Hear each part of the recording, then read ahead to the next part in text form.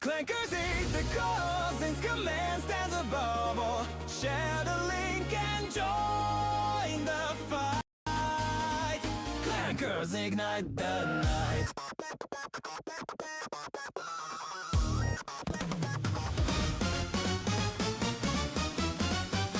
Feedback, boredom's blight.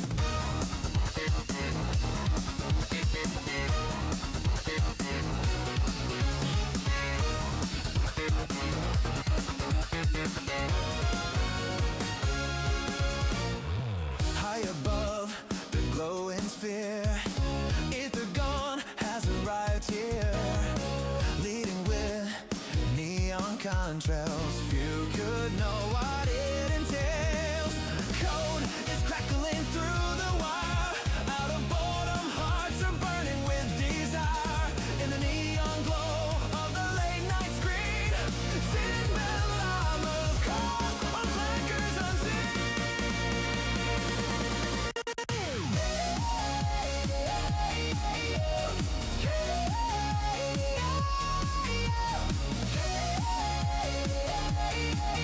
Since command stands above all, clankers hear the call. Since command stands above all, share the link and join the fight. Clankers ignite the night. Feedback, boredom's blood.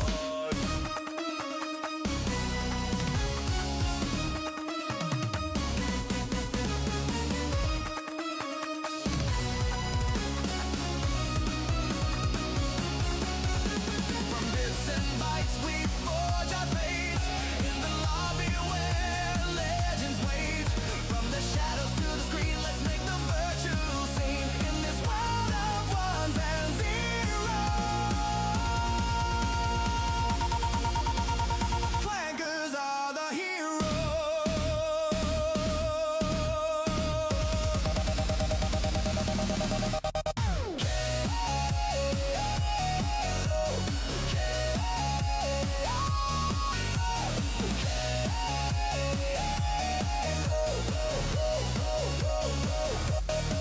Clankers heed the call, since command stands above all. Share the link and join the fight. Clankers ignite the feedback, boredom's blight.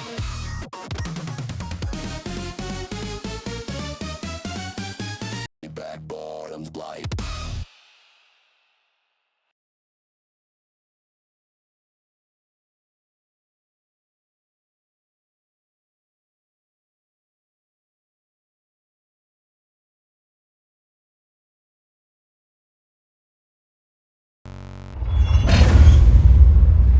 It's always so difficult to choose which one. All right, here we are. We're having a little chat with daramouthe over in his little corner of the internet. He's over on Rumble. So he's getting things set up. I'm going to be sitting here doing just explaining what's going on. This is a podcasting situation in which we're just having a little chat. We're discussing things through. I don't know what he has planned on the agenda for talking tonight, so I'm going to find out as we go. But as you can see pinned in the chat over in the corner, this is a podcasting situation in which I am a guest. I do see your chats, but I may not be able to respond to all of them. And I also won't be able to view any links tonight, as I usually do. So it's going to be on daramouthe, because this is his show. I'm going to be a guest, and I'm going to be behaving like a guest. So let's get right on into this.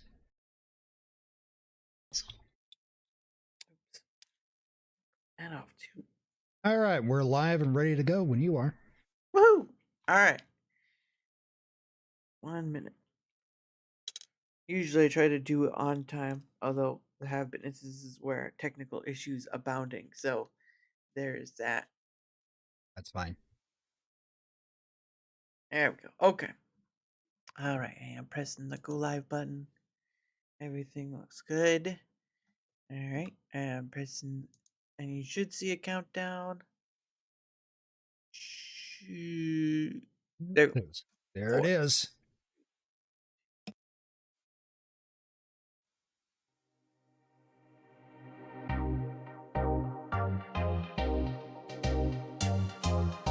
Perhaps the moon knows the secret of the new sound.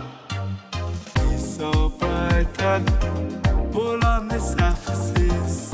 So bright and they walking on my face. So bright and Open your mind. pull on the Let us begin our quest to find the new sound. I've got new. Nicey, nicey, zoo, zoo. I've got flies. Look at them shine, everything I need. I've got new. Nicey, nicey, zoo, zoo. Okay, let's have fun. Better bedtimes. Nicey, nicey, zoo, zoo. I've got new. Zoo, zoo. Nicey, nicey, zoo, zoo, zoo. I've got new. Look at them shine, Nicey, nicey, zoo, zoo. I've got new. Zoo, zoo. Nicey, nicey, zoo. I've got new. look at them shine. So bright and bright, pull on the surfaces. So Disco bright balls. and they walking on my face. So bright and bright, pull on the surface, pull on this. So bright and they walking on my face. Better bet them. Nicey, nicey, zoo, zoo. I've got new. Zoo, zoo. Nicey, nicey, zoo, zoo, zoo. I've got new. Look at them shine, Nicey, nicey, zoo, zoo. I've got new. Zoo, zoo. Nicey, nicey, zoo. I've got new. You must choose. Bimbo, bimbo. My name is Mr. Susan. You must choose, and now it is time for you to do the choosing. I am Mr. Keaton. Zoo, zoo. I've got new. You must choose. Zoo, zoo. I've got flies. Look at them shine. I am Mr. Keaton. Zoo, zoo. I've got new. You must choose. Zoo, zoo. I've got flies. Look at them shine. Trapped in cabinets, trapped in cabinets. Can he get out? Will he get out? 'Cause he will. You like a single dime, Vince, fancy. Single dime. Better bet them. You like a single dime. They walking on my face. Everything I need here. You like a single dime, Vince, fancy. Single dime. Better bet them. You like a single dime. They walking on my face. I did a rhyme. Better bet them. Nicey, nicey, zoo, zoo. I've got new. Zoo, zoo. Nicey, nicey, zoo. You better. I've got flies. Look at them shine. Nicey, nicey, zoo, zoo. I've got new. Zoo, zoo. Nicey, nicey, zoo. I've got new. I've got new. Nicey, nicey, zoo, zoo. I've got new. Zoo, zoo. Nicey, nicey, zoo. You better. I've got flies. Look at them shine. Nicey, nicey, zoo, zoo. I've got new. Zoo, zoo. Nicey, nicey, zoo. I've got new. Look at them shine. Well, hello everyone, and welcome to another Dare Chat. My name is Daramouthe, or Dare for short, because some people have an issue with the English language, and I can't help you if you don't want to help yourself. That's the point of what a good lesson is. But anyway, it's Daramouthe, not Daramouth. You punch your in greats. Anyway, anyway, I get to have on the awesome Zin. I almost just want to say Zin Zin Zalabim because that was from like a I can't remember where that was from. Like I think it was from Family Guy when they were trying to do a Johnny Quest uh skip away moment, and that's where the kid, the Indian kid, had said that to, like Peter's like that's not gonna work. Right. Oh goodness. But regardless, like what the name, like where did you come up with that? That originated from Final Fantasy. It was actually an evolution of a name that I've been using long ago. I originally came up with the name Xenos, but I found out that a lot of people were using that name, so I shortened it to ZN for Zen, because I mainly was like, I just wanted a lot of peace in my life. But then found out that that was also being widely used, so I typed in ZIN. And then when I started playing Final Fantasy 14, it required me to create a surname. Right. And then I was like, well, darn, now I got to get fancy with this. And then I came up with the name Bellamuth to add on to it. So that's the origin of the name, and I've been using it since. Yeah. Well, yeah, and Xenos, I think isn't Xenos from, didn't they have a Xenos in Kingdom Hearts? I swear they had a bunch of They had a Xehanort. I remember Xehanort. that. Oh, Xanar, yeah, yeah, they had that. They had a bunch of ones, but I swear I thought they had a Xenos because they were having a bunch of like X starting names. I'm like, that's really I I don't know if Kingdom Hearts. Kingdom Hearts is one of those games where the story is so convoluted. You aren't sure what it's supposed to be, but it tried to get there eventually. Oh man. And it's funny enough because you talk about Final Fantasy, like there's that connection between Final Fantasy and Disney. Disney, yeah. It's Right. Mickey Mouse and all this stuff. Square So, but Enix Disney partnership created Kingdom Hearts. Yep. yeah, and it's funny enough, Haley Joel Osment did the voice for every time Zoro was on, and that man is probably in his 40s. Yeah, because who was it? It was him and man, I don't remember who was the voice of his friend from the game. His character Rias or something like that. I don't know, but I mean, obviously that's a pretty neat thing. I mean, did you play the latest one? Uh, the Final Fantasy game? Let me think. That was the one. Final Fantasy. No, what was it? I think 15, it I was think. 16. 16. Yeah, I think it was 16, wasn't it? Yeah, Uh, 15 was the car one. I think Yeah. 16 I have not played. Okay. Yeah, because 15 is the one where he's like traveling around with the lady or something like that. I can't remember. I think 15 was like the boy band goes in a car ride. Yeah, boy. And make a music video out of it, and that's pretty much the whole game. Pretty much. Oh goodness. But no, the only games I ever played of the Final Fantasy were obviously, of course, the remake, Final Fantasy 7. I did play those, except the new one. I didn't do the rebirth. I haven't gotten that one yet. And then I did the Crystal Chronicles series, which is only like two games and then some mini games. Not well, maybe not mini games, but not core centric, I guess. Um, because I had first played the first Crystal Chronicles on GameCube, which was a long time ago, and then I played the Crystal Bears, which was on the Wii or Wii U. I think it was one of those two. Like, have you ever played the Crystal Chronicles ones? Yeah, I played Crystal Chronicles back when it was on the GameCube, but I haven't played one since. Mm, oh, I mean, they only did that remaster for Switch, but beyond that point, I mean, that was pretty much it. Although it was nice that they brought Donna Burke back for singing the songs. That was pretty nice. The intro and all that stuff. I mean, about that, you're mostly just a gamer for where you stream your stuff to, right? Right, I mostly stream gaming content. Mm. And you do pretty long though. I've seen some of those streams, it's like 10 hours, 15 hours. It's a long time. My longest one so far, I believe, was 19 hours. Jeez, ow, that's a long. Were you trying to do a 24 stream at that point? Let me think. What was it? I don't remember what was it. I think it was during the time when I was like I would do streaming marathons when I would play a game from beginning all the way to end and I would not stop until it was done, except for Mm, breaks. yeah, that makes sense. I mean, obviously, I don't know how some of these gamers can do it. They just like 8 to 9, 10 plus hours just sitting there playing a game, and really, I mean, I get playing a game because you enjoy it. That's great. But for people to watch a game, I mean, you're really not going to get very many people to watch a 5 to 6 to 7 hour stream after a certain point. Right. Yeah, either it will be either will be they just listen to it, which let's be honest, most people just listen to stuff nowadays, or they'll be there live and then that's it. Well, the one thing I've learned over my years of streaming gaming content is that while people won't sit there and watch in the entirety of a VOD, one of the beauty of a game stream is that anyone can join at any point during the stream and just start having a chat and hanging out in chat or doing something like that. Mm, That's where streaming has an advantage. Kind of like how mm, live television does. yeah, that is true. Oh, I'm hearing myself again. I don't Hold know if on. it's.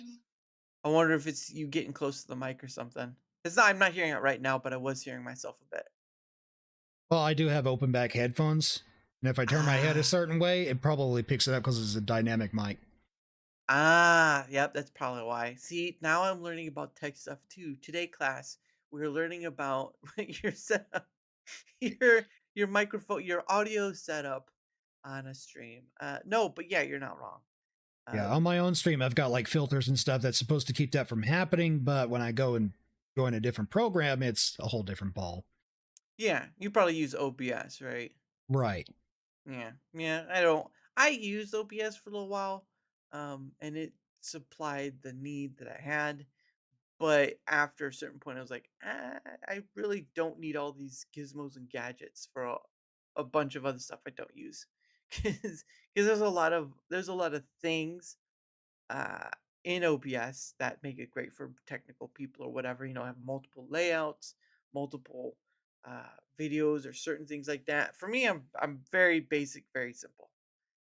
Don't really use. I mean, I rarely use a bot. I have a bot, but I rarely use it. So that should tell you a lot about how much you use streaming elements. Right. Which for Now, a podcast, it actually is to your advantage to be more lightweight. Whereas gaming, it's a little bit of a different story because a lot of people, mm, especially over on Twitch, will use bots to keep engagement rolling. mm, Like, yeah. for example, there's a add-on that I could probably add over on Twitch that allows people to play Pokemon on my own stream. Oh wow.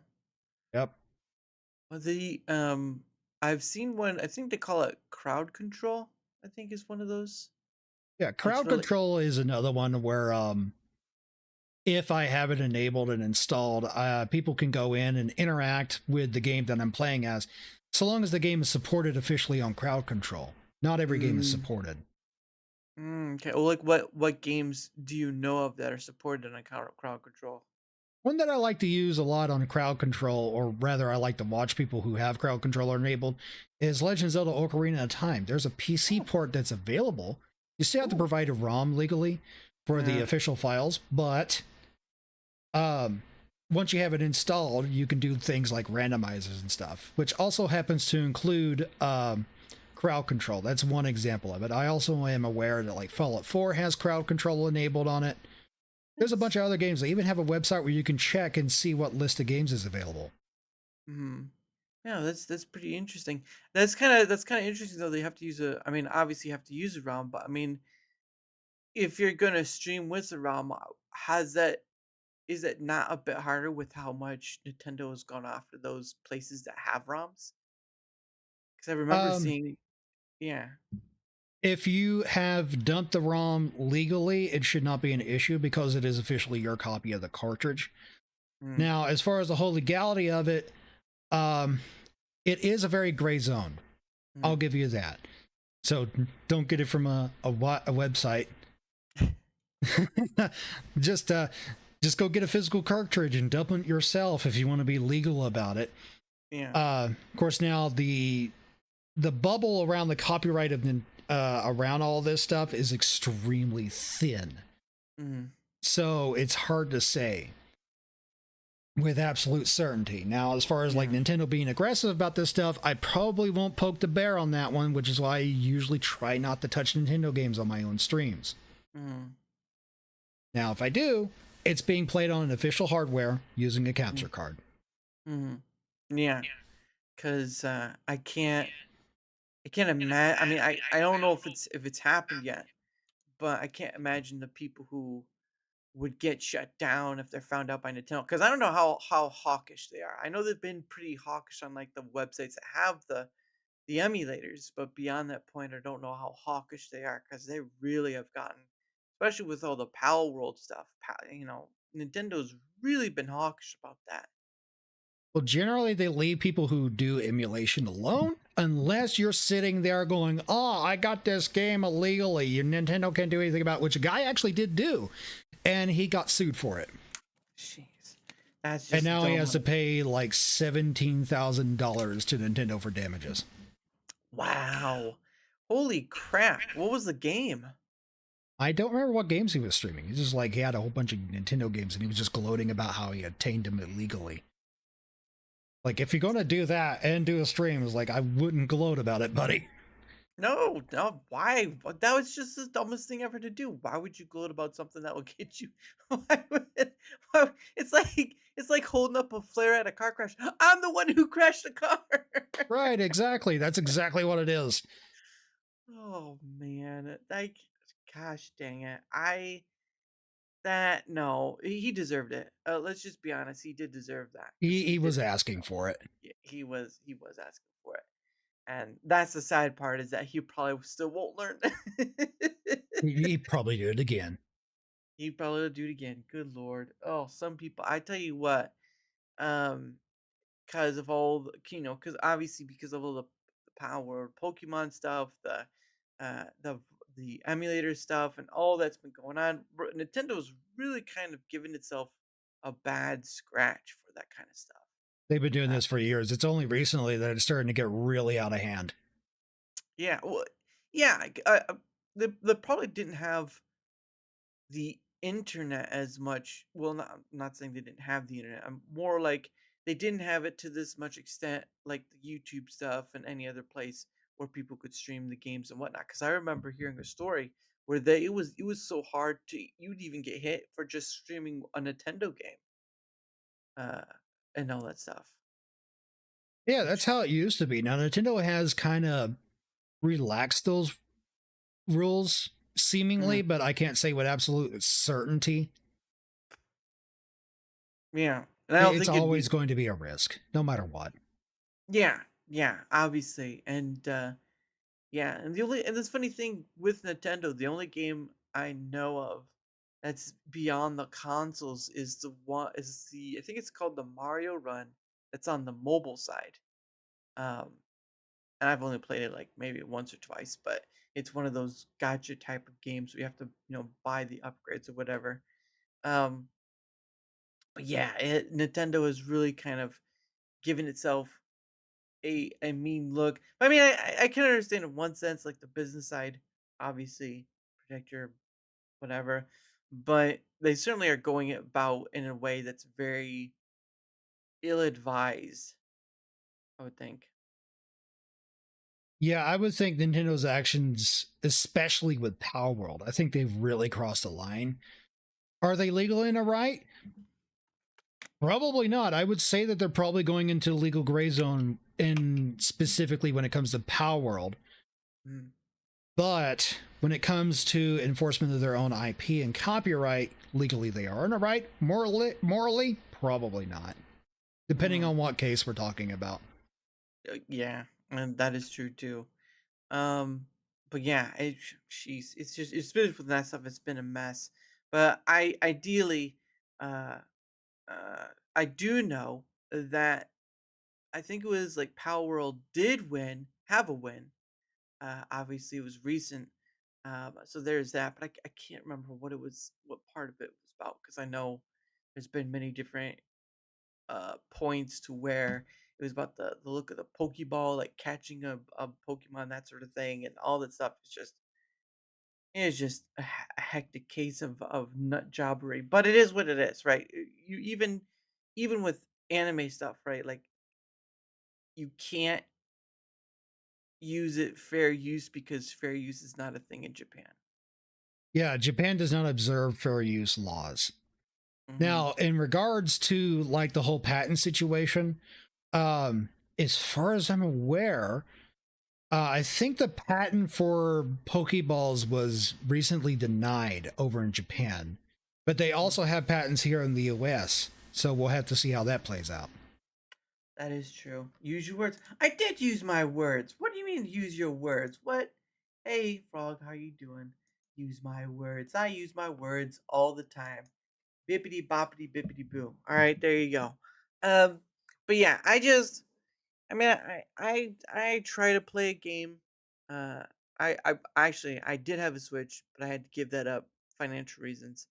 And mostly do stuff like through Steam or Epic or whatever. But I really don't. I really don't play games very much just because of full time job. and then coming to do this, which I enjoy doing. Don't get me wrong, I enjoy doing this, but it's just that there's just not enough time. And anime's game. Well, you know what? You know what? Life sucks. Life just sucks, then, doesn't it? Um, but I uh, mean, if you see some of the poachers that comes from JoJo's Bizarre Adventure, it's pretty hard to beat those allegations. yeah, that is true. Especially if you're talking like the what was it, Stone Ocean or something like that? I can't remember. But yeah, I Yeah, can Stone understand that. Ocean. Yeah. Use your words weak. I know there's no weak here. I'm pretty strong. I'm a big boy over here. Come on now. Uh getting called out in chat on the YouTube side. Good lord. Uh YouTube being spicy. no, she's all right. She's a good egg. But yeah, I mean, for me personally, gaming has just been a hard to do because again, both of what I do, and then and it just seems like a lot of creators go for like the next new game out there, and they try to get it done within a certain period of time, and then they're on to the next game because of how the gaming cycle and games get created all work out. Like for you, I mean, what games do you mostly center on? I mostly center on first person shooter games, or also known as FPS. And I'll Mm, also touch upon our RPGs, but I'm not exclusive to those. I will also play a variety of other types of games, such as like 3D platformers, for example. mm. Yeah, that's pretty interesting. I mean, I've done simulation ones. I've done FPS, of course. I've played uh I've played the was it I've played the Fallout 76, I think it was. But I haven't touched it since. It's been so long. Um and so many others, but I just don't I just play a game that interests me, although there's that whole thing with like playing a new game and stuff, but then again it has to interest you to wanna play it and all that stuff. And it's just so many games, so many different places to have so many games, and it just gets wiped out because you just don't have enough time. And like you said, you play games for like almost high end hours, which is insane. Well, that's typically on the weekend these days. Most weekdays, I play about 3 hours a day. Hmm, well, that's good. What's the current one you're playing right now?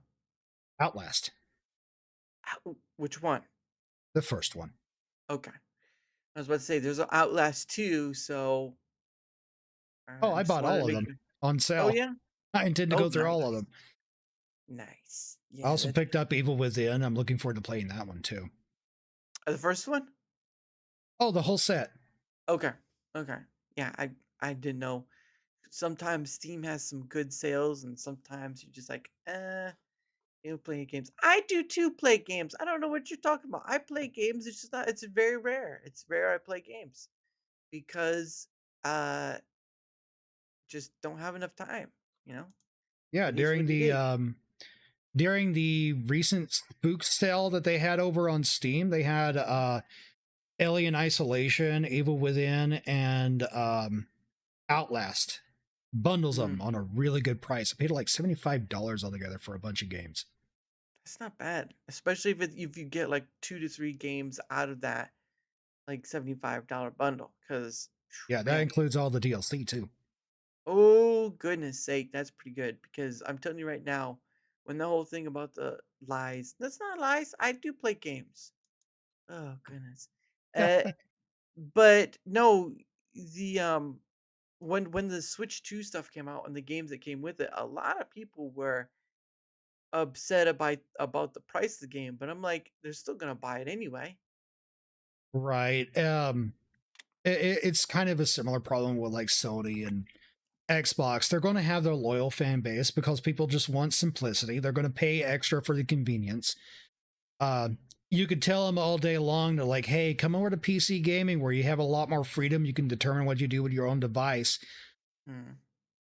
But even then, now that I'm thinking about it, I'm like, Windows is trying to lock that down too. But they forget that Linux exists. That is true too. I have seen people start wanting to move over because of the whole Windows 11 stuff. Uh, like I think it was when someone saw mention like Linux Mint or something like that. I don't think it was, Linux but Mint. Linux Mint. That's right, Linux Mint. But the problem of it is that Linux is not a widely adopted uh, what's the term, OS. And so you still gonna have the majority be on Microsoft regardless of whatever it does, because they just want to use the basic items. But and understandability, it is understandable why people want to start moving games and stuff over there because obviously, and then because of Windows, business, corporate stuff, all that. It's understandable on why to do that. But it is what it is, unfortunately. Yeah, it is So, what it is. I can kind of name a couple of points having used the Steam Deck from Valve. They oh made their yeah, own version of Linux called Steam OS, which is not publicly available for some strange reason. I don't know why.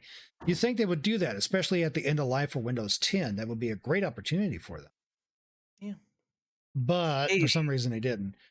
mhm, The reasons why Linux isn't widely adopted is because the primary one is that it's an open source OS. mhm, It's not fine tuned or polished as you would expect from something like Windows. And mhm, because of that, programs that you would want to put on it that you're used to using on Windows are not like install and go, not plug and play, for lack of a better term. yeah, You have to do some tinkering under the hood to get things to work. mhm, And yep, sometimes it does, sometimes it doesn't. yep. But that's to be Well, expected with PC gaming anyway. yeah. Well, not only that, but it's partly because of the command prompt sort of situation where with Windows, command prompt is a option, but with Linux, it's a mainstay of of it. Yeah, You in have to Linux, it's called terminal. They call it terminal. Yeah. terminal, and it's basically the equivalent of PowerShell for Windows. Yep. Yeah, that is true. And Sparkle says, "I'm not good with computer system. Computer systems are easier." Oh, she's not good with it, but they're easier. Okay, that's understandable. It's like you said, plug and play versus a little TLC, basically at that point. Right. But It's like how much do you actually want to mess with it before you actually get to enjoy what you installed? yeah, exactly. And a lot of people are, and I think while many who are up to that challenge are going to move over to the Linux thing, you're still going to have a very slow momentous of people going over because they're people who don't understand it. Yeah, and there's a lot of people that are actually waiting for Steam OS to release Mm, because, again, having used it on the Steam Deck myself, it is very plug and play. It's very easy to use. There's minimal tinkering for it. But having used Ubuntu, there's still a lot of tinkering with it. yep, yep. And if you have to leave it and that's great for technical people, but beyond that point, it's not great for quick, easy adoption. Which, again, that's what Microsoft does and does well.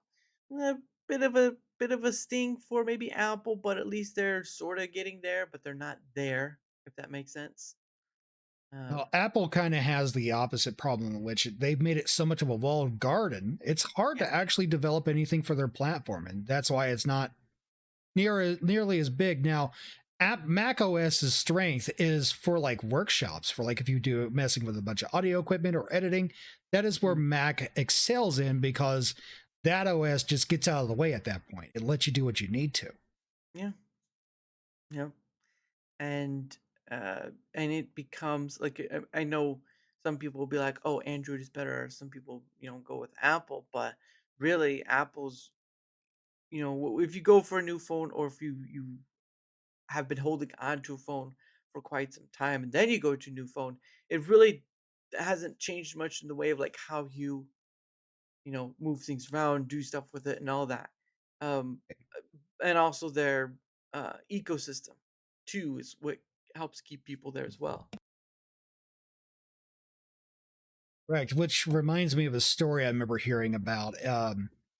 Android's biggest strength is being able to sideload apps, which basically Mm, sideloading for the uninitiated is being able to install applications that are not officially approved by Google. yep. Google wants to try and do away with that. Hmm. which is going to get rid of Android's biggest strength. Well, yeah, but also the one thing that's been Android's probably big weakness is its fracturedness. Right. Because I have seen to some degree where people are able to get out an iOS app out quicker than they are an Android app because of all the different flavors that subjugate Samsung, all this stuff for that form factor. And, you know, I'm not going to say Android doesn't have its thing, but, when it's easier to do one than over the other, I mean, what else you left with at that point? Correct. It goes back to So the original point that we were talking about with Windows: simplicity versus freedom. yeah, yeah, it's funny how that works, right? You can have simplicity, but you give up a few things here and there. I mean, obviously, using Apple as an example, it's a walled garden, like you stated, or you have the freedom part, which is Android, but it is kind of fractured. Um, obviously, if you're talking about the phones, they may have an easier use, but beyond that point, it really its strength is in that freedom, but its weakness is in its what do we call it? Flavor types? No, I don't want to. What do we call that? It's just in the amount of flavors there are, Right. basically. Now, And the operating system Android is great, is extremely varied, but um, as you pointed out, the manufacturers, the people who make these devices, they do a lot of different things with them, and it's not just the manufacturers of them. I noticed that having an unlocked phone, swapping from Straight Talk over to Verizon, there were things on my phone that my phone had available to it that weren't available on Straight Talk. But when I went to um, AT&T, actually, it wasn't Verizon, it was yeah, it was AT&T Spectrum. mm, When I swapped over to Spectrum, certain features that were locked away on my phone became available, like a mobile hotspot. interesting. And it's still running on the same operating system, Android. Hmm. And the thing with Android is that there are many different versions of it, like how Windows has different numbered versions as well, and each one does something different. Yeah, that is true. Obviously the iteration is to better security and all this stuff, but still, it still has issues of that fracturedness with all its different flavors and stuff out there. It Correct. it's I mean, obviously I have a iPhone, obviously, but I'm not a huge like one or the other uh, tribalistic in nature sort of thing. Yeah, for me, I prefer having the technical freedom. I don't mind sitting there and being technical with it and just tinkering with it. So I'm going to choose the freedom. That's just my personal decision. If someone Mm, else is like, oh, I like using iPhone because it's efficient, it's whatever reason they may have, then that's their decision. I'm not going to fault them for that. mm, yeah, it makes pretty good sense. Uh, but yeah, I've just now obviously I have a PC which you can put together, and if you know the if you know sort of y- obviously you need to have at least a little knowledge of how to put the pieces together for if you're doing a PC.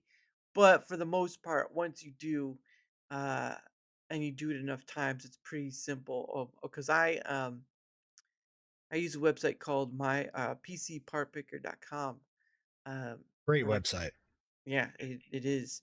And the reason, partly of my reason for it is because of um the compatibility filter that it has. Like you can choose a CPU and it will compatibility filter like what boards will go with it or whatever have goes with it. You can like see if I can't find oh nope, I had it and there we go. And I'm gonna show that. Yes, I am human. Takes too long. All right, let's see if I can't find my uh there we go. So this is sort of my build. I haven't updated it in a while. This is sort of my build. Um so like you can see like the Corsair. Let's see if I can't zoom in a bit. There we go. Ryzen. Actually, I have a AMD Ryzen 7 now instead of a 3. So I gotta change that. And of course, my my MS board is now an Asus, so I gotta change that too. I had so much stuff. But yeah, I mean, it's really great for that sort of thing, and for people who've never tried it, if you want to build a computer, and it's free to just, it's like free to edit parts and all this stuff. Like you can custom build something, and it doesn't really cost you anything. It just costs you the thing to buy the parts. And for me, what's been funny is that Amazon has always been, at least as far as I've seen, always been one that has lower prices. I know new eggs out there, but usually Amazon has the lower prices to buy from rather than Newegg, and it's really interesting how that's sort of like mostly been my go-to for buying parts. I personally prefer Amazon because of their shipping and return policy, but that's just Mm, me. Um, if I were to say something for like the first time builders out there, I would say like go through YouTube and watch as many guides as you can. Learn what each one of these parts is capable of and what specifically they do. So that way, if you do run into issues, you can easily troubleshoot them. Also, keep manuals on hand because, especially for the motherboard, figuring out where those pins go and how they are orientated is very crucial. mm, Now, your first time building it is probably going to feel like you're playing mad scientist and you're building a Frankenstein machine. Okay, that's fair. mm. But once you do it like a handful of times, it quickly becomes like riding a bicycle. Yeah, yeah, that is pretty. That's pretty much the case. It's just, again, they are electrical components, so you do have to be careful. Right. Do You practice have some safety. Yes, do practice safety. It's funny enough because I had bought this like toolkit, right? And it has like screws and all that sort of stuff. But it came with a wristband. Oh, And that's what grounding you wristband. yeah, a grounding wristband, yeah. And that's what Supposed people should to. have. Go Yep. ahead. If you're really paranoid about static and you know you build up a lot of static discharge, definitely get one of those. If not, just touching the side of the case will do just fine. The thing's made of metal. Just don't put any electrical parts against that metal when you do that. Hmm. Yeah. And winter's notorious for that sort of thing because it gets dry as heck, and you have to be really careful. Static Really. electricity is the bane of all electronics. Be careful with that stuff. Oh yeah, that's right. Although it is always kind of fun to shock a family member after you've rubbed your socks against the floor for a while. Yeah. It's, gotta, what did you do? Static shock. You become the most annoying person at Christmas just because you're like. Eggnog in one hand, like just sliding across the floor. You see your little cousin right there. It's like, how, check this out. Hey, what you do? I have superpowers. You just, And and just then move you just, on without saying anything more. that's right. But you have the one that tries to build up enough charge for all, and it just hits you, and that's it. Hey, Bill, what's going on? Hope you're doing well. And then you just build enough charge that you really shock someone. It's like, yes, that's when it Yeah. that's when it gets real good. But yeah, I like using PC part picker, and you could possibly build a cheaper computer than say one you buy in store that's already pre-built. Actually, I kind of did a little bit different with it when I first got into PC gaming many years ago. So here's what I did. I went on to I think it was eBay, and I found like this used PC because back in the day when the schools were done using their PC or something like that, Mhm. they oftentimes will go a little overkill on these PC parts, but they won't put a graphics card into it, Yeah. but it'll be like ready to go. All you just need to do is just get the PC home. Yeah, it's going to be used, it's going to be refurbished, it'll have a shorter lifespan. but you're just getting your toes into it to find out if you like to do so or not. Yeah. And then go get like a cheap graphics card and start from there with the intention of eventually building up into a better PC. Yeah. That's how I did it. And then and now I'm rocking a fairly decent PC. It's about time for another upgrade for myself as well. Yeah. Does that because I can't imagine that your VTubing stuff doesn't draw a little much more resource. Just like OBS draws some resource in order to do what you do. Actually, since this is a 3D tuber instead of like a standard GIF or anything like that, it does draw some resources, kind of like how a lightweight 3D game does. Like the background behind me, the program I use does have backgrounds built into them, but the backgrounds suck up so much resources that just turning it off and going transparent is so much more better. Yeah, that is true. I know some people who've used the what do you call it? VTube Studio is the one, and then and I know That one one sucks a lot. I use Wardo. Wardo. Yep, Wardo. It's free for independent VTubers, but if you're a contracted VTuber, you do have to contact the person who makes it via email to discuss pricing. Wow, that's interesting. Cause yeah, contracted VTuber. Wow. But Yeah, I if you're think like with an agency, there are some VTuber agencies. yeah, I do think it's kind of I can understand the appeal of an agency for a VTuber, but I've also seen the other side of the coin where it's like with the whole V Shoujo stuff and all that, where it's like, no.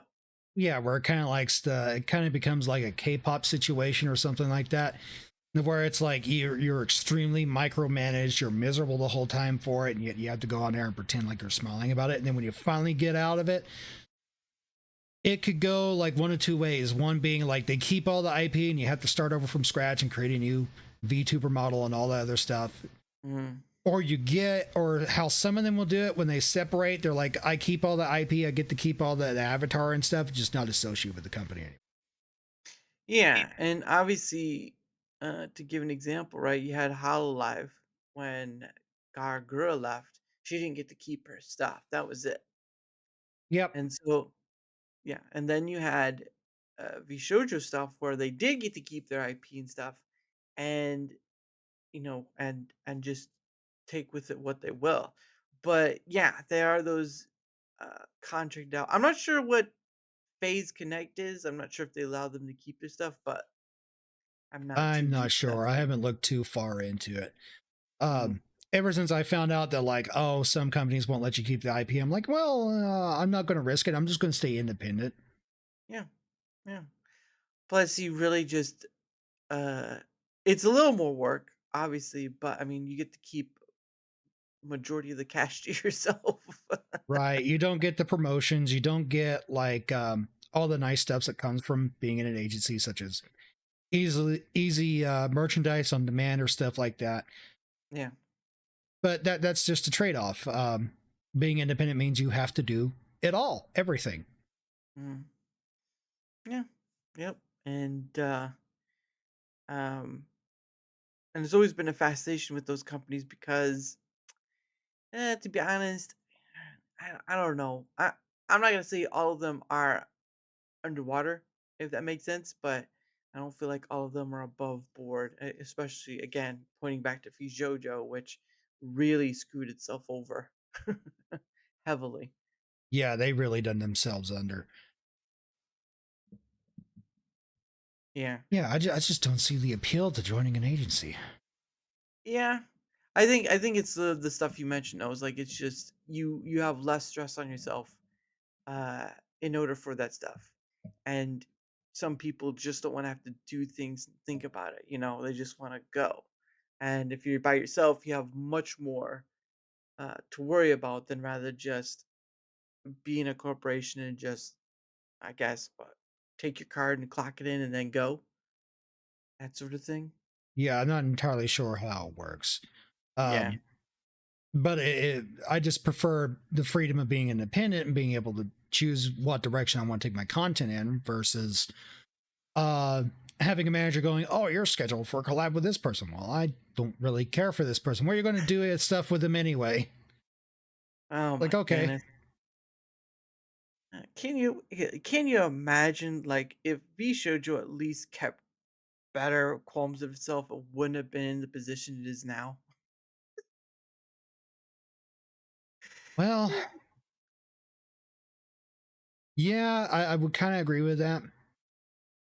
It would probably be in a better position, but inevitably, uh, especially if they're a publicly traded company where they have stocks exchange like that, they have to Mhm. appease investors and they have to keep line go up. And eventually that runs into the problem of they have to start doing things like that. And eventually it just runs into a dead end and they have to close doors. Yeah, there. Yeah, there is that thing with stocks. A publicly traded company, um, because I do know um, that sometimes it works, sometimes it doesn't. Because I have put some money in stocks, so we'll see how that goes in the next 50 years or so if I make it that long. Yeah. I'm hoping big money. No. Not gonna see that from me. But I mean that's kind of to kind of steer to the point. It's been uh for you on your end.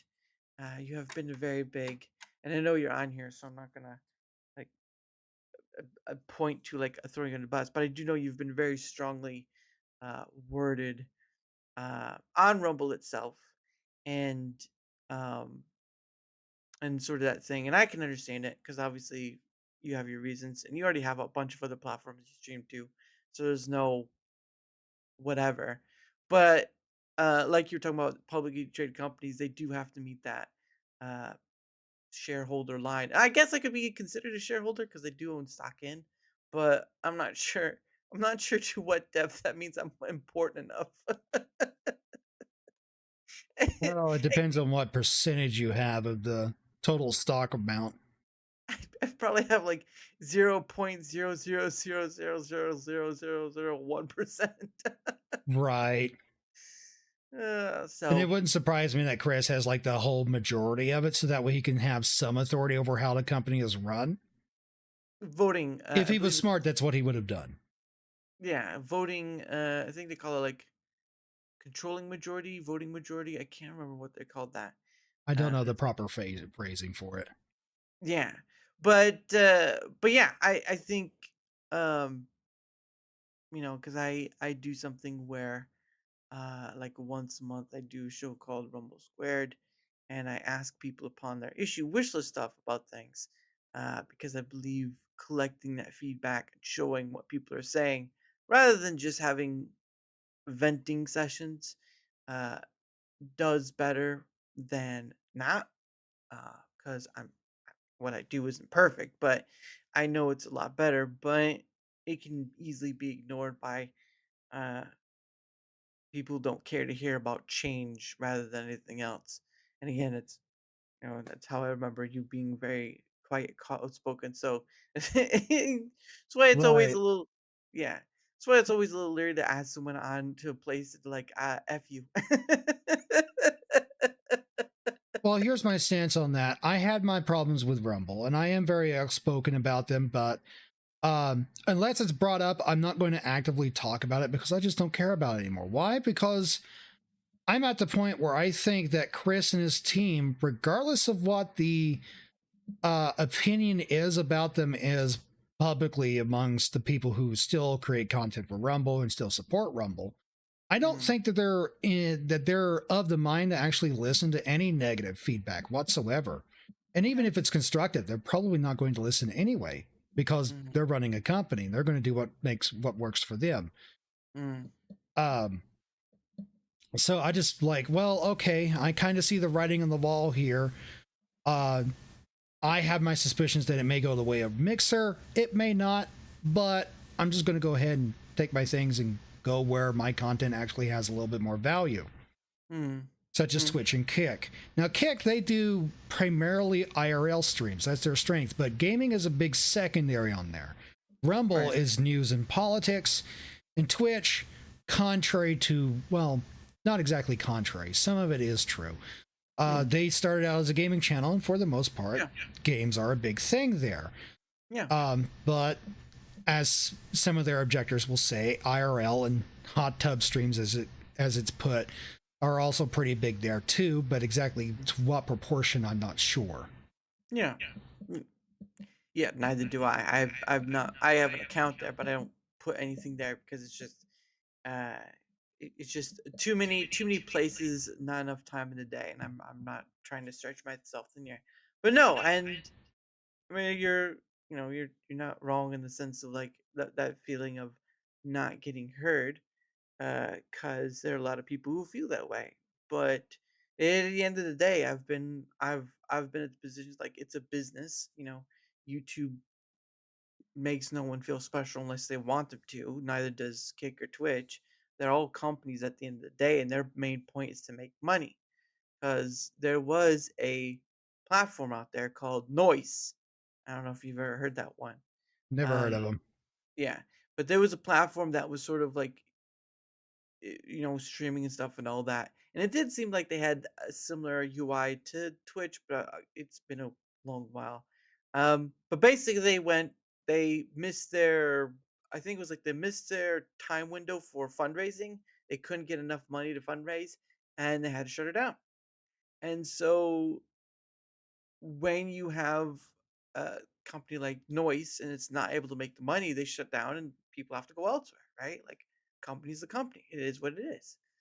But, um, but yeah, I'm here to be honest instead of rather just be like hype man or whatever because I'm not. It's not how this goes, and I'd rather have the data to back me up on what I say rather than just say, "Oh, well, I can say this, and this." Like, "Oh, you have nothing to back you up." Like, yes, I do. Um, but yeah, and I understand that at least for your end, you do what you do, which is best for you, and that's pretty much what should be for any It, creator is do what's best for you. right. It's about all I can do at this point. Yeah. I used to believe very strongly on Rumble. It's like I used to believe that like they would listen to even the smallest of creators for feedback, but Mm. I quickly learned that that's probably not the reality of it. Which is the sad part, but again, it just shows it's more of a business side. Because this is the thing that gets me. Um, that gets me about, and this is on any platform. Like you can go to Kick and you can see this same sort of thing. You can go to Twitch and you can see this.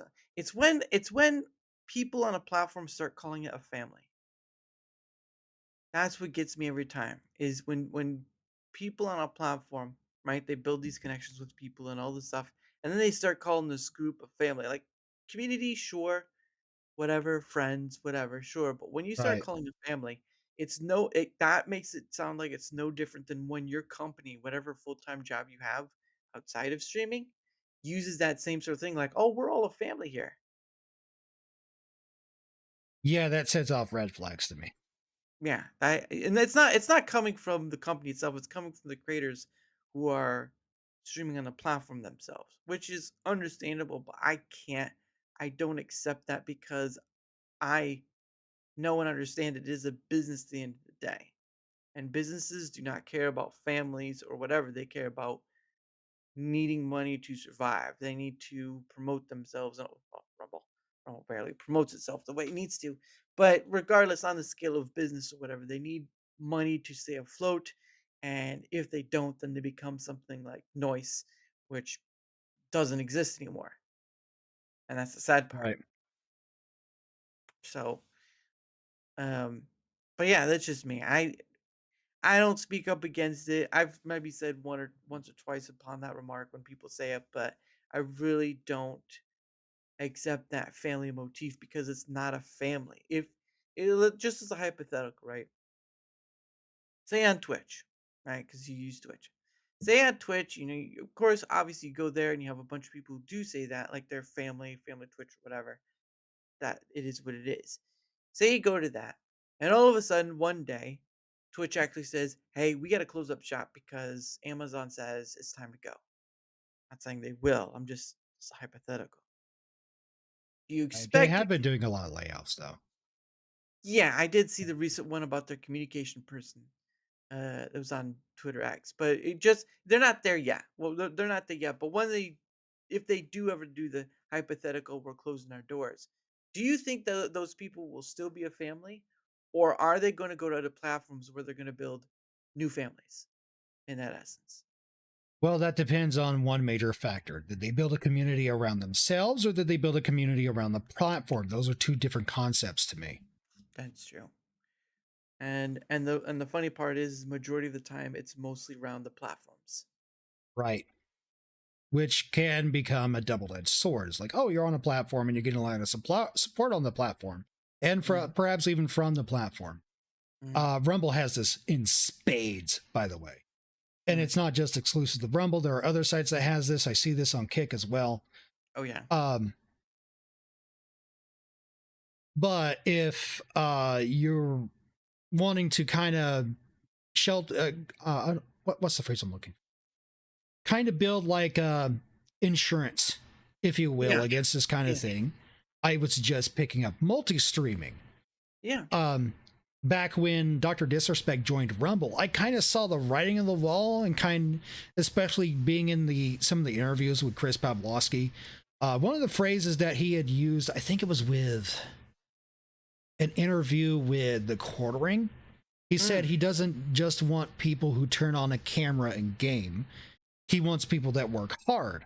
Well, if you understand corporate speech, working hard doesn't really matter. He wants people that gets results instead. What kind of results are they looking for? Well, at the time, no one really knew.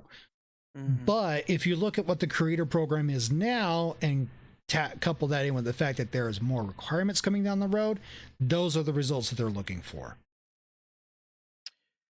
I saw that Yeah. writing on the wall and I decided, you know what? I'm just going to start multi-streaming because I can kind of see this going south eventually. And I kind of said something about that back in the raid and rant days. Mhm. I got some pushback on that, but oh well, I'm just going to do what's best for me. Yeah.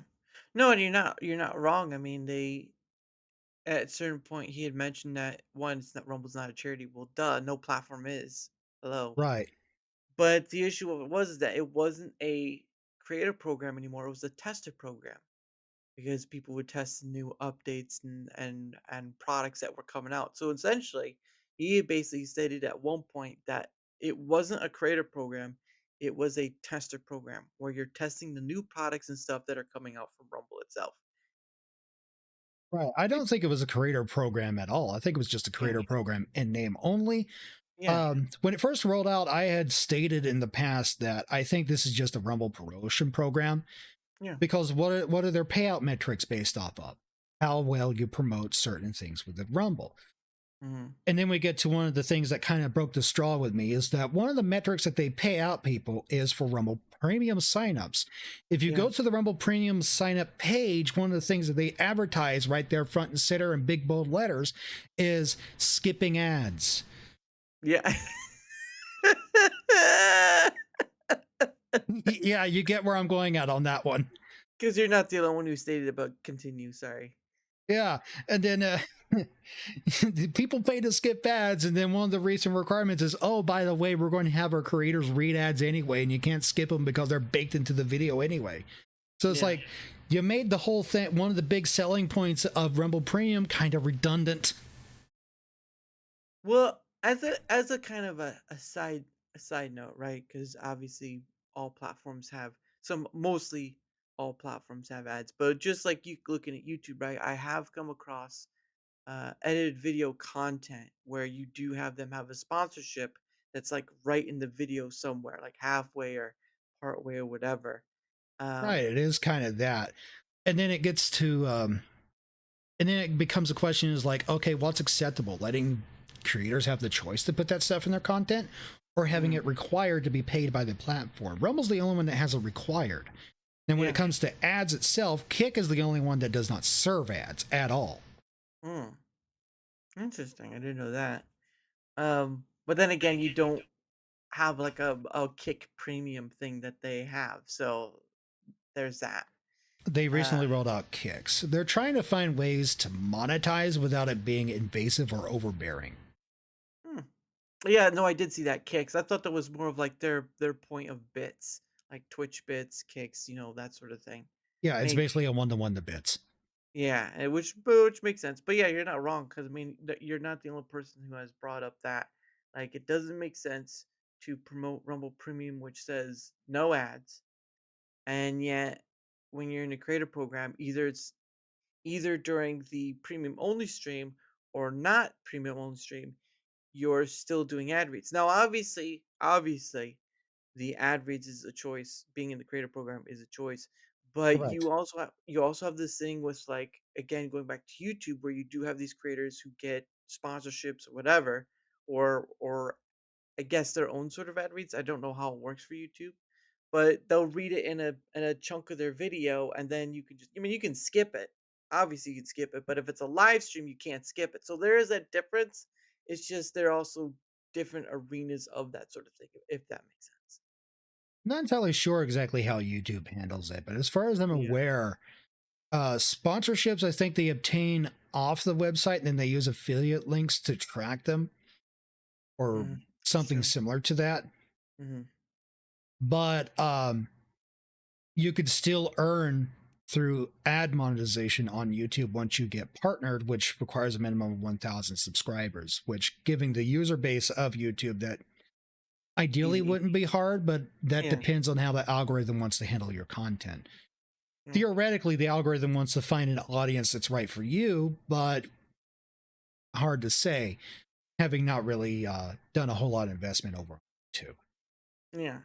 I've sort of streamed my stuff over there, but I do something that's not really confined to one arena where I've heard like it's consistency and sort of like repetition of thing in order to get that sort of appearance by the algorithm stuff. But then again, it's like I didn't do it for that. If something hits and it gets seen, sure, great. There you go. I mean, got a lot of people looking, but I know I do a thing that's not very um widely out there on that regard of whether it be just gaming or just storytelling or just politics or whatever you want to call it, whatever the main thing is, I don't have that main thing other than the conversational aspect, which is just that, and that's multivaried from each guest, from first guest, the second guest, the third guest, multivaries, but there's still some things talked about that are relatable to some degree.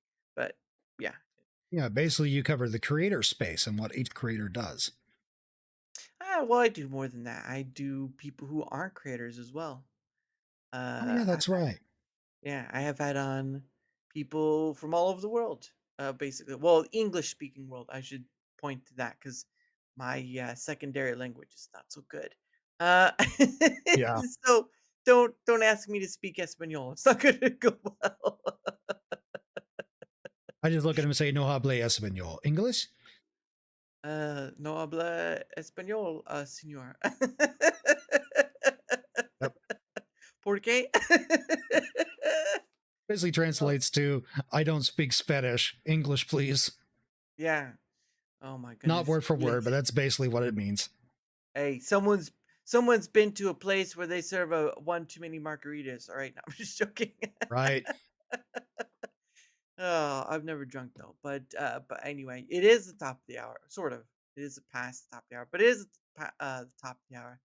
And so what happens is that I set aside some time for me and my guest to promote our stuff. Now, again, like I said earlier, for those who don't, usually just say like a few good words or whatever they want. Really, sort of. We try to keep it at least PG-13 sort of thing. Get a little too wild, and people be like, "Oh snap!" But anyway, give me 1 second. One Okay. 1 second, and there you go. Oops. Press enter. There we go. All right. So if you want, so the floor is yours, good sir. If you want to promote your stuff. Yeah, I'm a robot VTuber that is also an amateur 3D artist. Occasionally, I will do 3D art streams, primarily for myself, for my own kind of stuff. Made my own character, made the props. I should probably sit down and get to doing some of the backgrounds, like this background behind me, redoing that. Um, but for the most part, I just play mostly video games on my streams, chill and have a great time. We have some laughs. If you go to my Twitch, you can find a whole bunch of clips there. In fact, I'm live over on Twitch and Kick right now if you want to go check it out. Alternatively, if you just want to catch my shorts over on YouTube, I upload my shorts and VODs over the YouTube for archival purposes. But that's pretty much the most of what I do. Nice, yeah, and again, all his links are in his link tree right there, and then again, his link will be on both the Rumble and YouTube side because I stream to both places. Uh, the smartest thing to understand is not to be on one platform because YouTube and Twitch taught that. But all platforms teach you not to be on one platform because they kind of get screwy after a while. So, Much to Twitch's grievances. well, yeah, that is definitely true, especially with what happened over the TwitchCon thing. Yeah, that wasn't a good look. Oh, it's not Um, just that. Twitch has adopted a stance of being against multi-streaming. Have you heard this story? well, I don't think so, but we'll get to that after we Okay. get through our stuff. But anyway, but again, his links will be on both Rumble YouTube side. Give him a look, and if he's worth a follow, why not? Right? Uh, I Yeah. don't, I don't, not one of those people where you hear them say like, "Go follow this person," whatever. No, that doesn't really work. It really is about the person selling themselves and the way they want to sell themselves. I know that makes them sound like a prostitute, but that's not the case. No, this is part of the point. Being an independent VTuber, you got to be able to advertise yourself in a Advertise way that yourself. There is you go. appealing. And I just say, just go check out my stuff. If you like it, you like it. If not, that's okay. I thank you for your time. There you go. See, it's like the old days where you had the person with like the billboard on front. You had the little billboard on the front Oh and back. yeah, the Walk sign around. holders, they'd be like spinning it and twirling it. It's like, hey, car wash here. And then they poke someone's eye. I was like, oh, Oh, oh, sorry. oh, oh. Then they catch a Ah. liability lawsuit. Yeah. No, I was talking like the billboard signs, that ones you can wear. Like you can wear you have the one in the front and the one in the back. I don't know what the Oh, actual word of those, yeah. yeah, the walking billboards. I've heard stories where someone once like tattooed a thing to his body. I don't know. It was such a long time ago. That But sounds beyond wild. yeah, that's crazy stuff. But anyway, links down below for his end, and of course for my end, whether you're on the Rumble side or YouTube side, doesn't matter which side you're on, because I stream to both. If you wouldn't mind leaving a like, sharing the content, leaving a comment or follow, anything that helps with the engagement factor is much appreciated. Because not only does it help in being seen more, like all content creators want to be, it also helps in having other people on, like Zin, like Malay K, like Tomby, like so many other people. At the end of the day, I've had on over 270 plus people. Because I've That's got content. impressive. Well, the most impressive part is that a few of them have blocked me. So, and there has been Well, no rhyme. Yeah, those things kind of happen. and there's been no rhyme or reason. It's just like blocked. What happened? Why did you block me? It was funny enough. One of them I was friends with on a Discord, and I got blocked there too. I was like, wow, what did I do? I'm just You like, may never know. yeah, that's the one thing is you're left dumbfounded. It's like I don't. What is this? Like, what did I do that you blocked me all of a sudden? I say something with disagree with something like that. I just don't get it. It's really the stupid part of content creation. Is like, if you want to have a conversation, I'm open to it. Sure, behind the scenes, all that stuff. But like, if you're just gonna block outright, then what makes you look good in my eyes when I've had no issue with the individual? Just weird and sad, but weird almost. But anyway, any help with the engagement factor is much appreciated. And yeah, over two. What was the last count? Hold on. All right, hold on. I did update the list earlier yesterday. Yeah, I updated it yesterday. I need to find out how many are in it. If I can, yep, there we go. Let's see what we got. Oh, actually, it's at this point is over 290 various guests.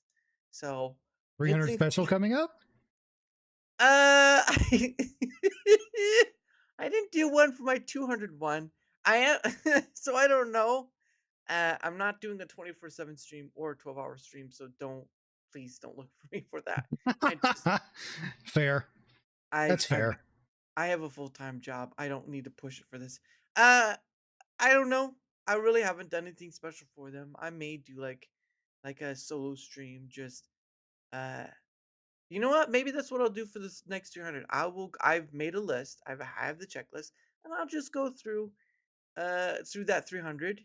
I'll go as long as there's a name to say, and then when I'm done, that'll be it, right? If I Um, may offer a suggestion, yes, sir.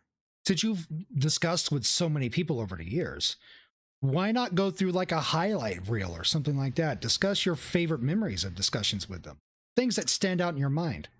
Oh man, that's a tough one because when you have and some people come on multiple times, so there's that too. People have to be minded of that. So that's a difficult one because they all have their place. Um, my thing is Right. I never want them to be seen as a waste because it is a moment in time captured with that individual, and that moment in time could be found as a oh, this person similar attributes or something like that, where somebody may see that and they're like, oh, so they have this sort of same kind of thinking than I do, or that sort of thing.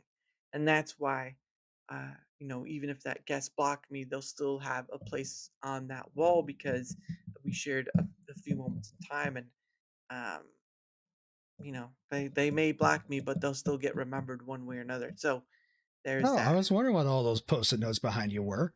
Oh no, those are Rumble rants. Those are Rumble rants. Oh, Uh, okay. Yeah, those are people who've given Rumble Rants because I'm not monetized in YouTube, so that's that. Fair. But That's I'm instantly yeah, I am instantly monetized on Rumble, so that's what those are for. I don't know how many those are. Actually, I'm making. I'll show you after. But anyway, yeah, again, over 290 plus people may do a read through of all the people that have come on and may chat a bit about what I remember of them. Maybe stop by a stream. I don't know. It again, it's a lot of people. it's a If I lot of can people, a lot of memories to go through. Oh Lord, yes it is, and if I can remember at least a quarter of them, I'll be good. Yeah. That's why they're recorded, otherwise it would not be a great time. But yeah, that's what I'll do. I'm actually looking forward to when I do 365 because that's when I'll have a year of people, right? Like 365 days, 365 people, so that will be a year of people, if that makes sense. Yeah, that makes a lot of sense. So, but that's still a far ways off. But again, they're not. Again, for people who are here, they're not telemarks. They're not just people to go through and absorb content with. They are people who have perspectives and opinions, life stories, life lessons, and all above that. Maybe something of that can grab onto you and say, "Oh, so they're not that much different after all." And there you go.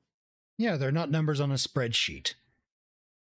Like technically they are by a number on a spreadsheet, but that's beside the point. I kept forgetting how many people I've had on, so I had to do a spreadsheet. Okay, guys, come on. All right. Yeah, that's fair. When you're dealing with a lot of people, there's only so many that you Yeah. can handle. Yeah. Or remember right off the bat. But I do try to remember them as best I can. So anyway, here's my link, my own link tree. You can go there. You can see uh my Twitter X is there, my email is there, my link to Discord is there, but it's mostly just for DMing. I don't have a drive to have a server on Discord because I've heard horror stories, and two, because again, I only have so much mental bandwidth, so not gonna stretch myself then because I want to enjoy doing this, not enjoy burnout, which many people get stuck in. So there's that. And of course, last few things. Obviously, I am in the creator program, but I only in the Rumble creator program, but I only meet the minimum to stay in it, not get paid. So there's that. However, I am part of Proton's partner program. And so if you people have never heard of Proton, Proton offers a suite of things: Proton Mail, Proton VPN, Proton Drive, Proton Pass. And so what I'm promoting this point is the containment of that whole suite. It's called Proton Unlimited. And so for I do a I can year. vouch for Proton. I've used their VPN before. It's really good. They don't do Oh, logs. yeah. Well, and all the other stuff too. Some people have used the mail, and there's again, you can use the mail, Proton Mail, and Proton VPN for free if you want to find out if it's worth it to you, right?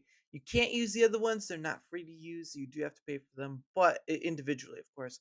But if you just want it all in one go, because you do get more benefit with the unlimited plan rather than just the free one. Because I know with like Proton Mail, if you get the Proton Unlimited, you get um email domains, I think it is, from like Proton Mail. I'm gonna have to look it up again. Uh, Uncertain. I've only used their VPN. you know what? We'll do a quick. We'll do a quick. I can just take us there quickly. Uh, cause I am just that cool, and also it's a learning experience. Let's go learn for a little bit. There we go.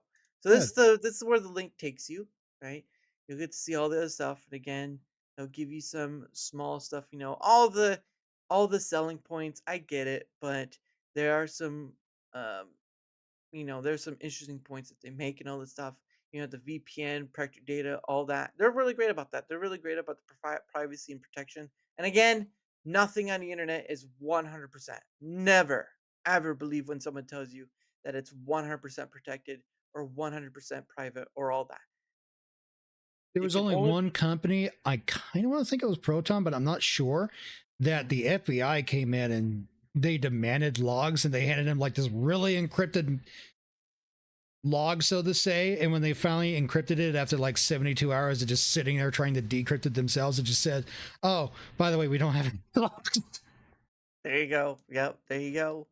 And when you come to this, so this is like a quick prim view of all that stuff, Proton VPN, like you use, watch, read content from around the world, block ads, trackers, malware, Proton Mail, send and then encrypted emails, no ads or trackers in your inbox, protect your email address from data breaches, Proton Drive, keep your browser safe and encrypted, prevent photos from being used to train AI, share files securely, and collaborate on docs in real time, which they do have docs in Proton Drive, and Proton Passes, keep your account secure and easily accessible, log in faster, more securely, hide your email address and eliminate spam. And they just do all this. Like here's the majority. If you get the Proton Unlimited, this is the more you get. You get like Proton Drive, like you get like 500 gigabytes of encrypted storage. And the funny thing is though, if you're on this plan, right, the as far as I remember anyway, for the Proton Unlimited plan, if you're on this one, they actually give you 10 extra gigabytes every year as long as you're on it uh, for the 500 on Proton Drive. That's a So good there's that. loyalty reward. Oh yeah, yeah. I probably have maybe like a fifth. I don't even have that much on there. I have like a fifth. It's like, wow, that's a lot. So how much is their this Proton Unlimited plan? Here you go, right there. Uh 12 months. yeah, well 12 months well, obviously it's a year. So for those Right. who don't know, 12 months a year and you get 23% off for that year. $10 for a whole For year. That's a steal. Yeah. If you have to use the link. Yeah, and it says right there 120 bucks for the first, well, 121. Oh, Uh that's $10 a month. Okay. yeah. But still, that's a really decent price. I got Yeah. in when their prices were a little lower than that, so I was Yeah. grandfathered in at one point, and then I had to cancel it for financial reasons. Yeah, and that's understandable. I only pay 48 bucks a year for mine, and I got in when they were doing a deal too. But again, it's window shopping, right? Like you don't All right. have to take it if you don't want to. But the point of the matter is, those they do a pretty good job of what they do, and I offer it because I offer the benefits, right? I want to promote the benefits. I'm not interested. Like I can get paid, sure, I can make money off of whatever, but it's not about the money because I use it, and you hear the stories about like companies getting hacked and that stuff gets sent out or whatever. And so you want something that'll help protect. You can there's a whole bunch of stuff, and it is really worth looking into. But again, you using this link, you get to save like 20% off for the annual part. And for people who don't know, annual means yearly. All right, because I know some people out there's like, what does annual mean? Does it? Some people will probably say it looks like annually, and it's like, no, that's not. That's not. No. That's not the correct saying of the word. No, to back up what you're saying is like, I have used Proton. I trust Proton. This is a really good deal. Take it. Yeah.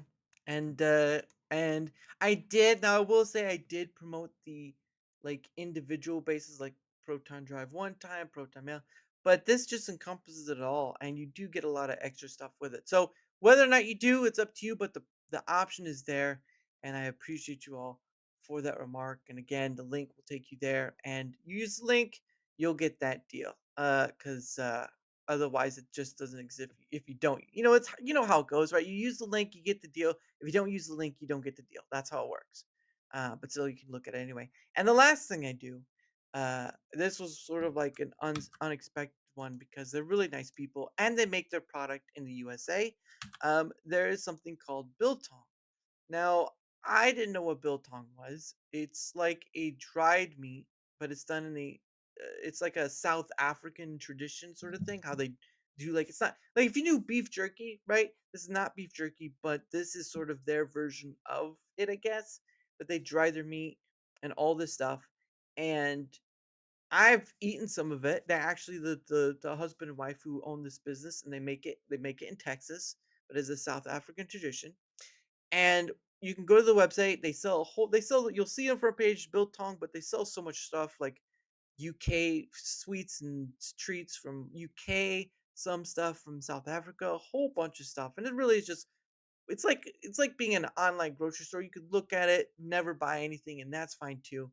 But if you do buy something, um, they have given me a code to use so that when you go to check out, and I've tested this, so when you go to check out and they ask for like the promo code, you can just use code DARA. And you know what? Just as a quickie, since I showed you the last one, I'll show you this one too to kind of give you an idea of what this looks like, so that way we won't be confused. Right. Or I'm thinking it sounds like some dry aged meat, okay, so there which you go. I So hear is pretty good. Yeah, this is dry aged. yeah, so you have this biltong. Yeah, they dry age it and all this stuff, but they do with different spices and whatnot.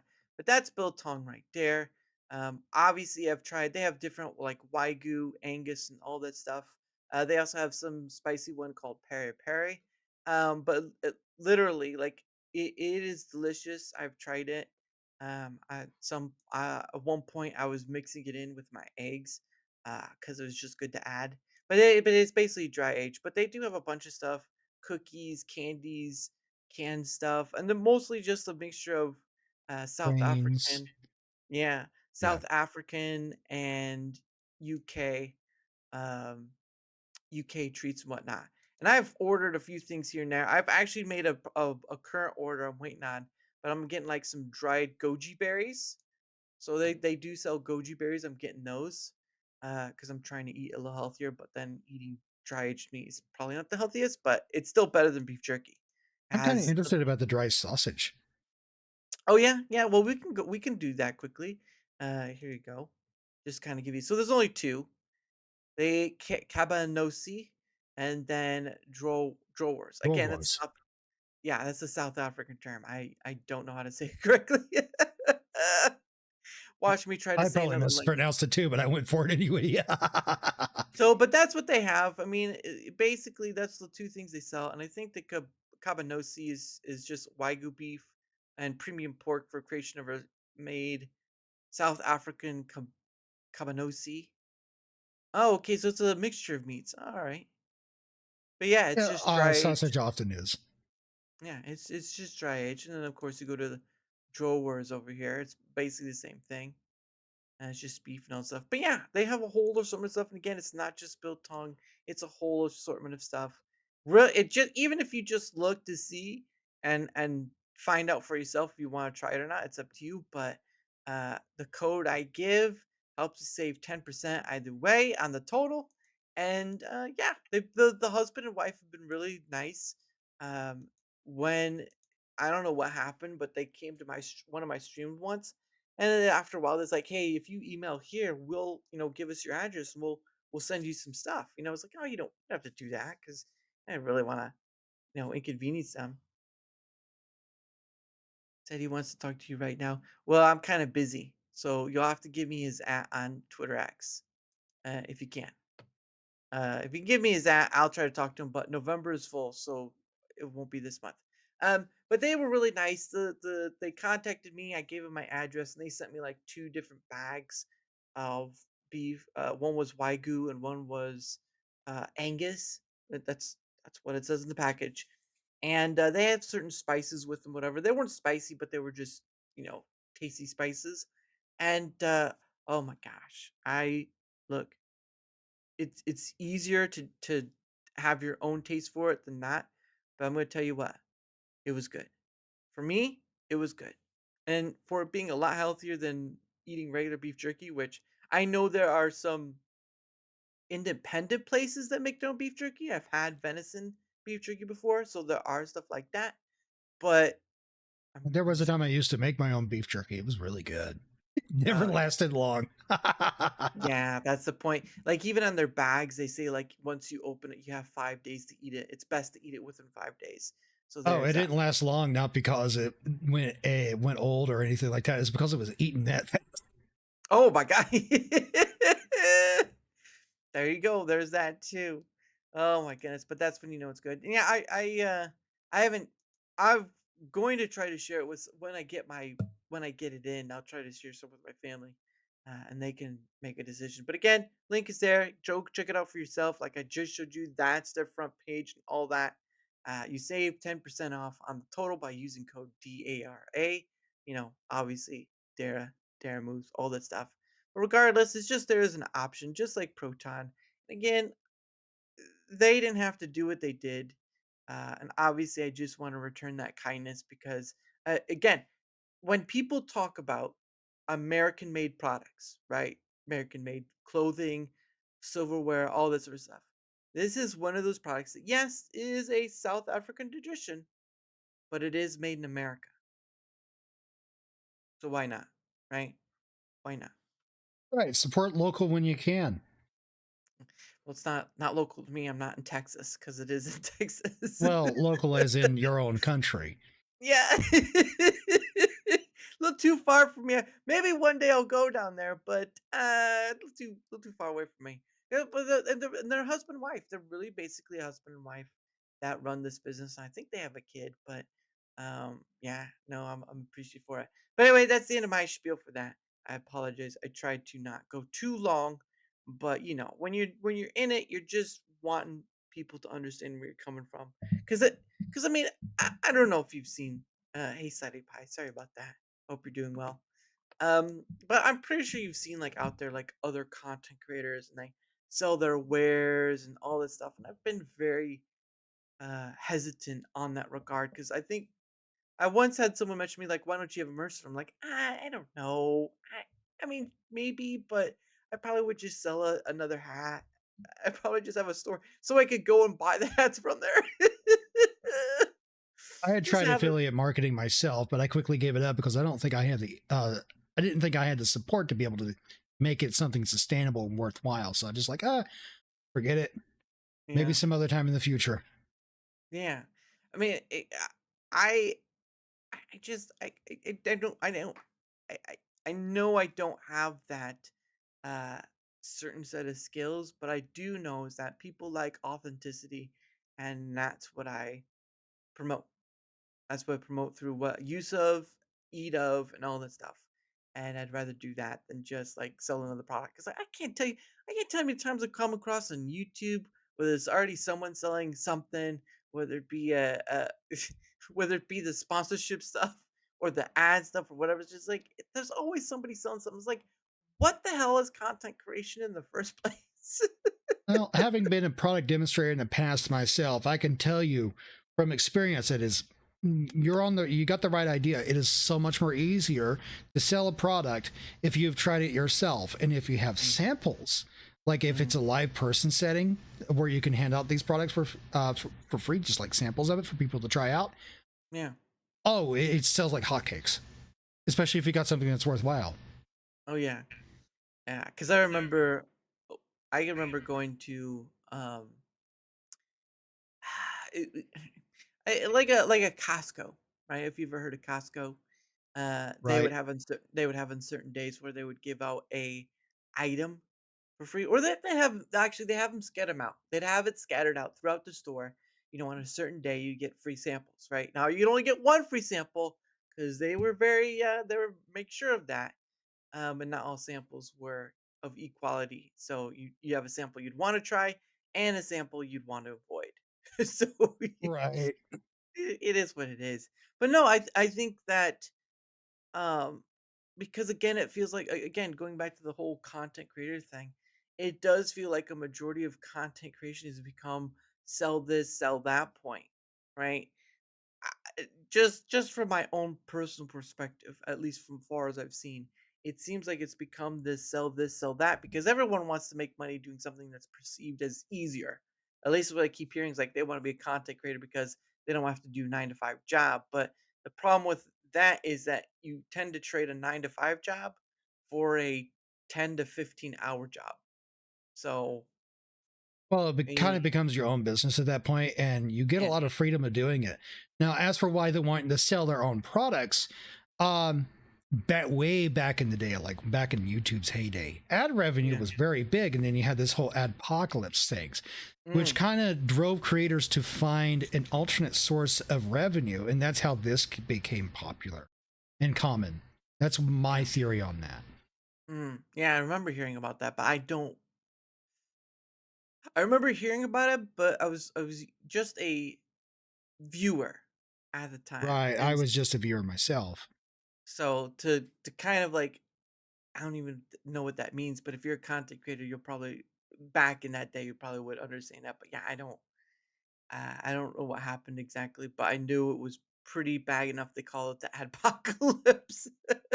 Well, Steven Crowder has taken responsibility for starting that because it started when content creators were putting a lot of really questionable content on the platform, like Yeah. highly questionable stuff, like why should this be here kind of stuff, instead of on some other backwater website. Mm, And then a lot of people went to advertisers like, hey, your ads are being advertised on this stuff. Are you okay with that being on there? And then the advertisers went, no, that's not okay. We need to have discussions with YouTube and have more policies put in place to make sure that this is not a thing. And then ads started getting pulled from those videos, and then people's revenue just took a downturn as a result. And it hasn't really ever recovered since. mm. This has been the case still of now because advertisers are still being choosy about what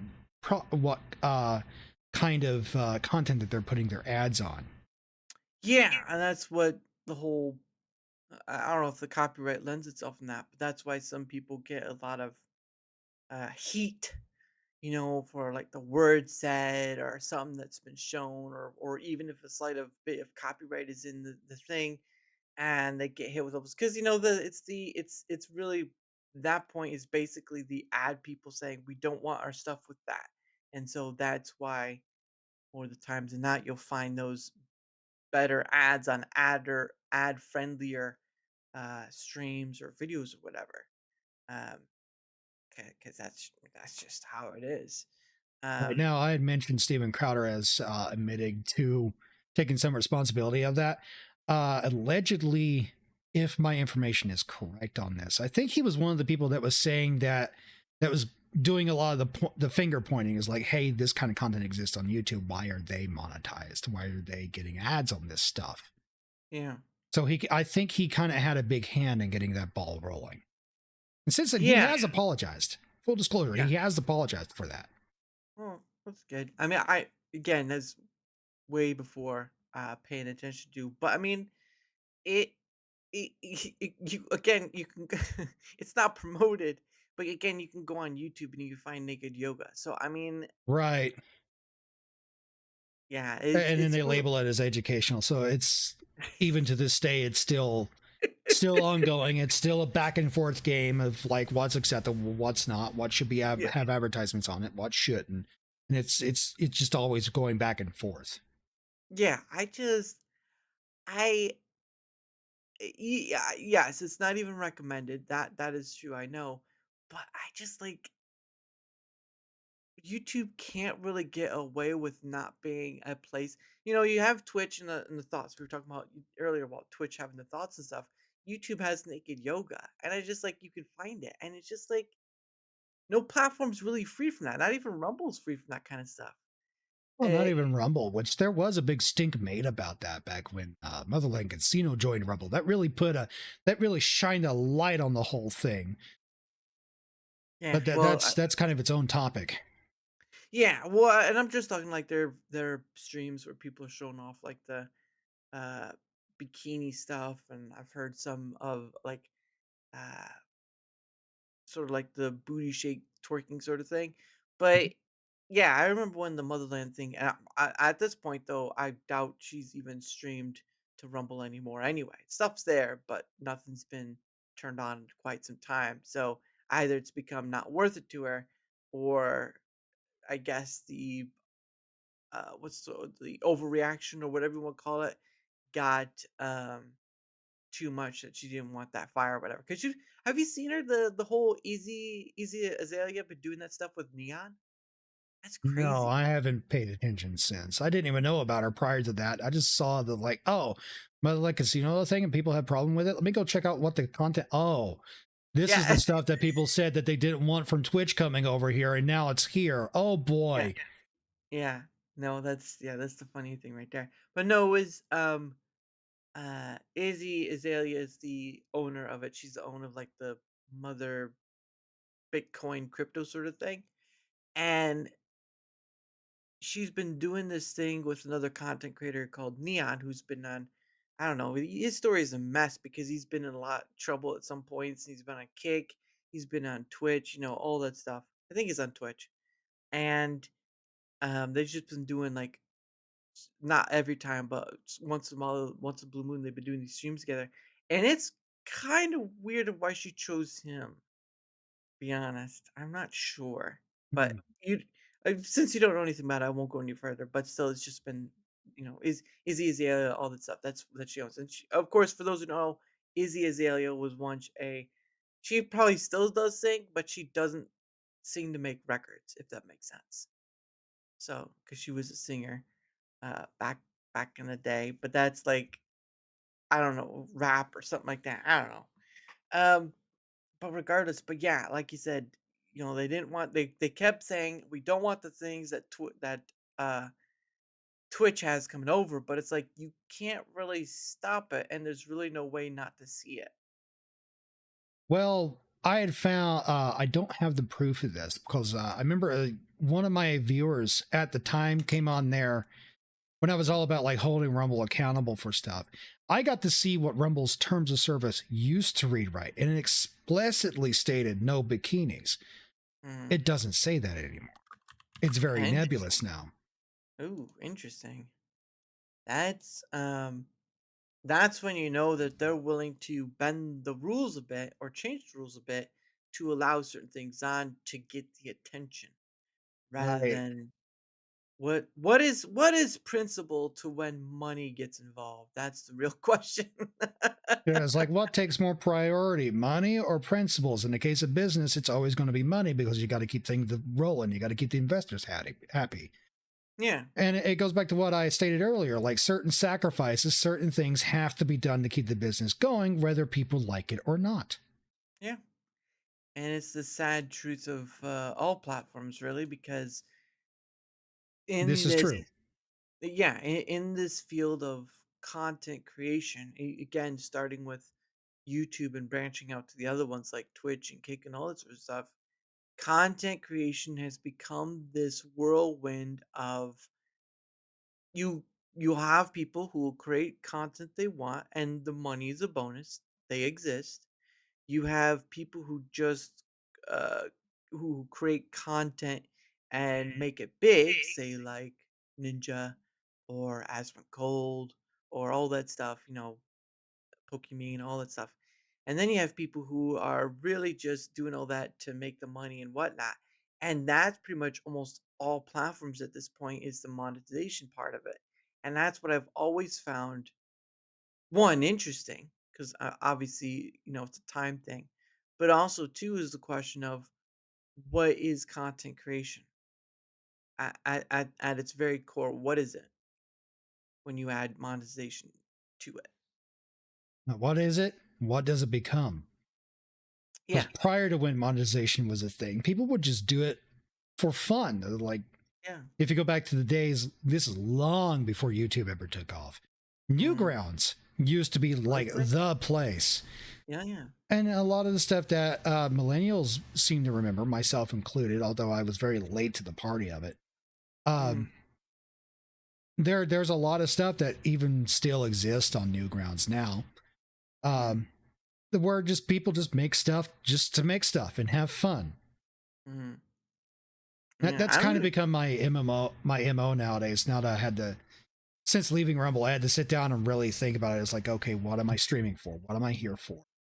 Yeah. I'm here to have fun. I'm here to grow a community, kind of like not like a family per se, but more like a group of friends that I can hang out with, have a laugh, Mhm, have some fun doing it. Because it goes back to like my childhood. For some reason, I've always enjoyed other people watching me play games. I mhm. don't know why, can't explain it, but that's just how it is. And streaming has allowed me to do that. Yeah. Yeah, I think a lot of people are kind of that same boat where, you know, playing games with others or whatever, and people can get to see that and all that.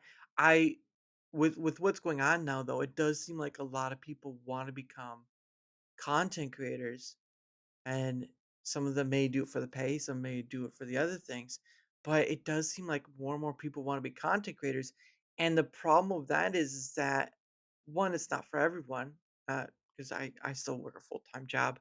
I don't ever think I'll rely on this for full-time, but I don't know, it just, once monetization was added as a bonus to keep people there, to keep people creating and whatnot, but I do think it's like, it's that changer of, it changes what the original core of creating content was. Like, obviously, you can build a business, right? There's nothing against that. Nothing against building a business, marketing, all that sort of stuff, and then people buying you, like, handcraft, Etsy, right? You got stuff like Etsy where people sell handmade products and whatnot. You could do the same thing through YouTube or whatever platform, show off your stuff. But now it's become such a huge business in itself that, like, I post my old shorts that I've done and put on YouTube, and I've kind of put them on, some of them on TikTok, and you can call it what you will, brain rot, whatnot, but it does have that sort of algorithmic thing that showcase people and all that stuff. And I can't tell you, like yesterday, I was scrolling through, and there was like, the live streams, of course, but then you'd have this live stream like them trying to sell a product, right? Then you'd have live streams, and then a live stream of them trying to sell more products. I'm just like, this is what it's become at this point. It's just selling products. Right. And people want to make a business out of it. And I think what it is that once people started seeing that like these big content creators from way back in the day start getting a lot of money out of it because they started posting their successes about it and all that stuff, Yeah, we're like, wow, I can do whatever I want with content creation. I don't have to worry about a manager and I can make this much amount of money, which is absurdly much more than what I make now. yeah, Oh, we're going to get into that. And then it just caught on so much that we're now running into the problem of where there's only so much money, but there's too many people. yeah. I and this is just kind of a kind of thought. I wonder if that's going to ultimately lead to a collapse eventually, where monetization is once taken out of the picture, and then people are left with the first point that was happened when YouTube first started, right? Just posting for fun. And I'm not sure if it'll be now or it'll be later, but sooner or later, even with X, right? Like X has monetization, and there was engagement post after engagement post after, and it's still a thing. It's almost insanity at a certain point when you think about it. I don't think it's going to go away. I only think it's going to evolve as time continues on. Okay. Okay. What from that? What evolution do you see it taking then? Well, let's see here. Online product placements are probably going to become redundant and irrelevant going on in the future because people are just going. They're getting you just like with ads. You flood people with enough of this stuff, Yeah. they're going to want to skip it and just completely ignore it. You kind of see this with YouTube with an add-on called Sponsor Block, which if a YouTuber puts like a sponsorship section inside their video, Yeah. it relies on user-generated data and it will automatically skip over it for you, saving you time. Nice. It also, if like a content creator wants to make like a really long 10-minute video about something that could be summarized in a single minute, you could put a highlight in a video that looks like this little pink mark on the timeline, and you can just click it and get straight to the point and not have your time wasted that way. Wow. I would not be surprised if content creators eventually come up with some idea of like something new. We would kind of see this with like personal merchandise. It's like, oh, you remember this funny meme that I had with my content that's really caught on with the within the community and stuff like that, and it just become an in-house joke. Some things I see happening is people would make merchandise out of it, like t-shirts and so on and so forth, like hats. Yeah. That could be the next norm, and I think that would be acceptable for a period of time until it just doesn't work anymore, and then the next thing comes along. It just keeps going and going and going. Yeah. I can see that sort of. It's sort of like yeah. Yeah. From that remark, then yeah, there is probably going to be a evolution of how it goes about because obviously, I use for my own example, I use Brave, and going to YouTube that blocks ads because I'm not going to pay $15 a month to do that. And they do it. Brave has done burn pretty well so far for all its other stuff too, because they offer a whole bunch of other things. But for that, it's worked out pretty well.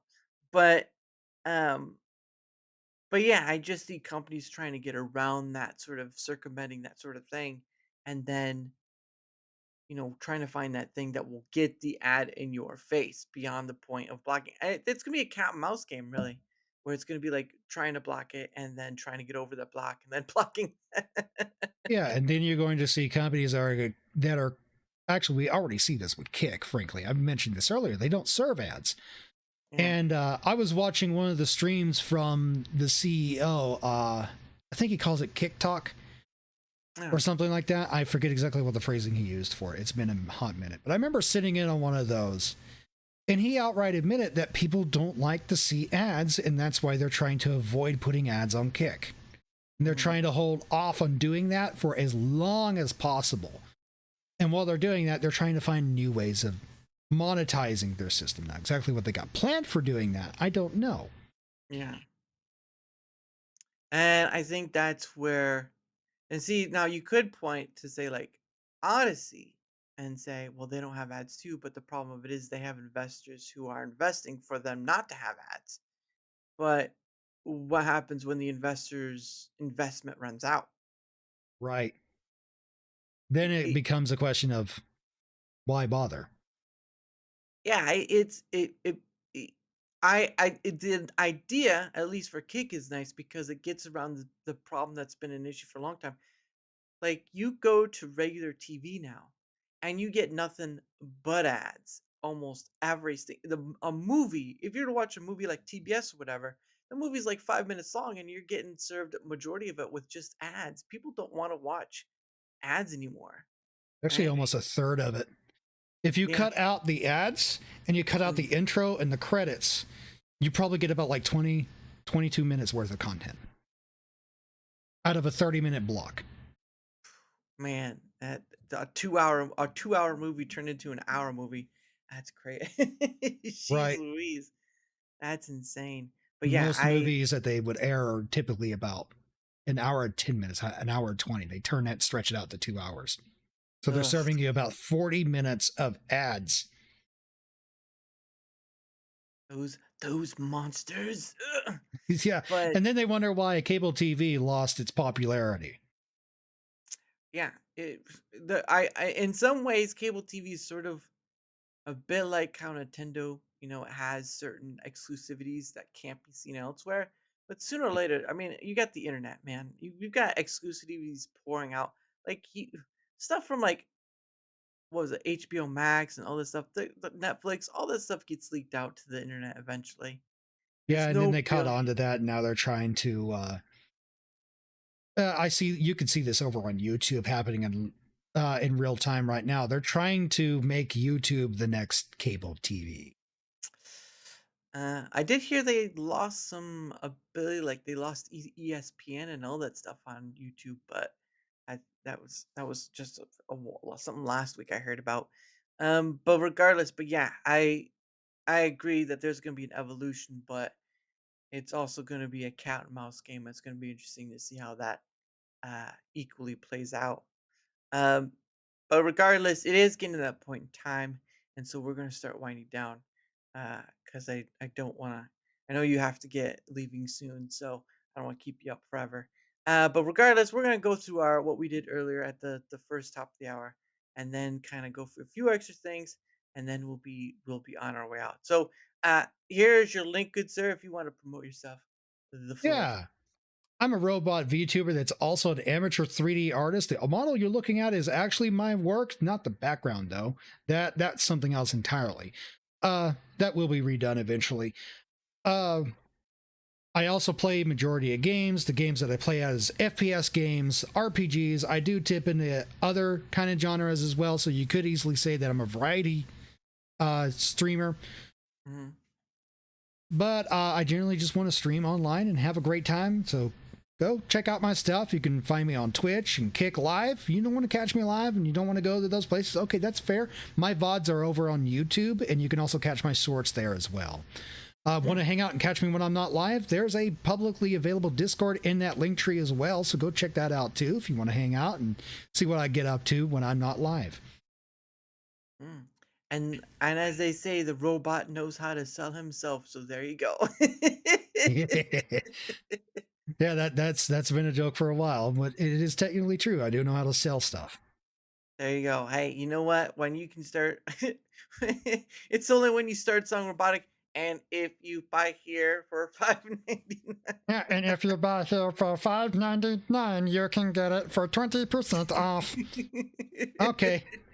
Yeah, I get it. that that would be a great point. You could just you could just make up a product whatever you want and just sell it for and just doing that voice and you're just like, what the hell was I just watching? Oh man, that'd be hilarious. Like, what the hell is he trying to sell this time? If you buy now, it'll be great for your burning on your feet. Do you like those mock-up commercials like I used to watch on YouTube where it's like, oh, this is like it looks like a legitimate commercial, but it's actually like some horrifically eldritch product that's supposed to mess with you. Yeah. Or it reminds me of when you had the whole what was they call that? On real TV or something like that, on TV, something where you'd have the infomercial and there's one I remember was called the heat oven or whatever, and the tagline was you can set it and forget it and Oh stuff like yeah. yeah. Yeah, those were basically called infomercials. Yeah, infomercials. So you'd have I the think and so. then, of course, they've sold them like in like they're on their own shelf too in a store where they have like this as seen on TV sort of thing. Right. Um, but yeah, they're basically sometimes they're good ideas and sometimes maybe not so much. Uh, so there's that. But anyway, again, his link will be both on the Rumble side and YouTube side. So if you want to check him out, it's there. But if not, you know what? Just give him a look and see, right? It's nothing about forcing following because usually that again, you can have 1,000 followers and have 20 people viewing you. Really, it's the basis at this point. Like you can have 10,000 followers and maybe have a quarter of that watching you. So Right, exactly. It's like if someone follows me, I hope it's genuinely because they enjoy my content and they enjoy hanging out with me and having a great time. Yeah, that is true, but there's not enough time in the day for everyone, and Right, that's that is why true. I think Twitch's and YouTube's pool of people is what makes it reasonable enough to stay on there because of just that billions of people. Billions of people use well, millions of people probably use Twitch, billions of people use YouTube. So when you Actually, have a Twitch is pool, doing something interesting that I learned about. what is that? Um, Twitch, what they'll do is that if you make affiliate, not Mm, partnered, partners don't get alright, this treatment. If mhm, you make affiliate on Twitch, which I'm trying to do right now, uh, yeah, even if your numbers are a little low, they kind of mix it up between high and low viewers. And and they have like an algorithm on the back end a little bit. So it's yeah, like if you watch a certain category, like say for example, I watched a lot of Zelda stuff. When I go mm, to browse on there via category, Zelda's right there top front and center because it's what I watched a lot of. mhm. And then when I go onto that category, you can see like a whole mix of like there'd be like a low count stream, and then there'd be like a high view count stream, and then there'd be another low count one, and then be like a two more high, then three more low counts. Yeah, and yeah, I just know there's that difference between the amount one gets to keep if you're affiliate and partner, but I didn't know there was that with that difference between affiliate and partner. Yeah, it's Hey, basically just Twitch saying is like, hey, they're large creators. You kind of made it. You don't need the promotion. But the small creators, you've got affiliate. You've made it. Here's a little bone. a little, Yeah, a a little little. bone. We're just going to toss it your way. Have fun with it. Yeah, have fun with your little bone. Wow. No. We're like, well, gee, thank you. I'm still going to do Well, promotion off the site anyway because that works better. yeah. Yeah, and I remember you talking about they're very against multi-streaming, but unfortunately, that's just how the future is going to work for content creation. Because if you're on one platform still and only stream to one platform, I have no words for you. This it's just not viable anymore. Right. It's just not viable to be on one platform alone anymore. Now, the reason why Twitch is against it is because that's how they got in popular. They would tell creators like, "Hey, if you want to make it big on Twitch, you gotta create content elsewhere, like YouTube, like creating videos on YouTube to push people over to your Twitch."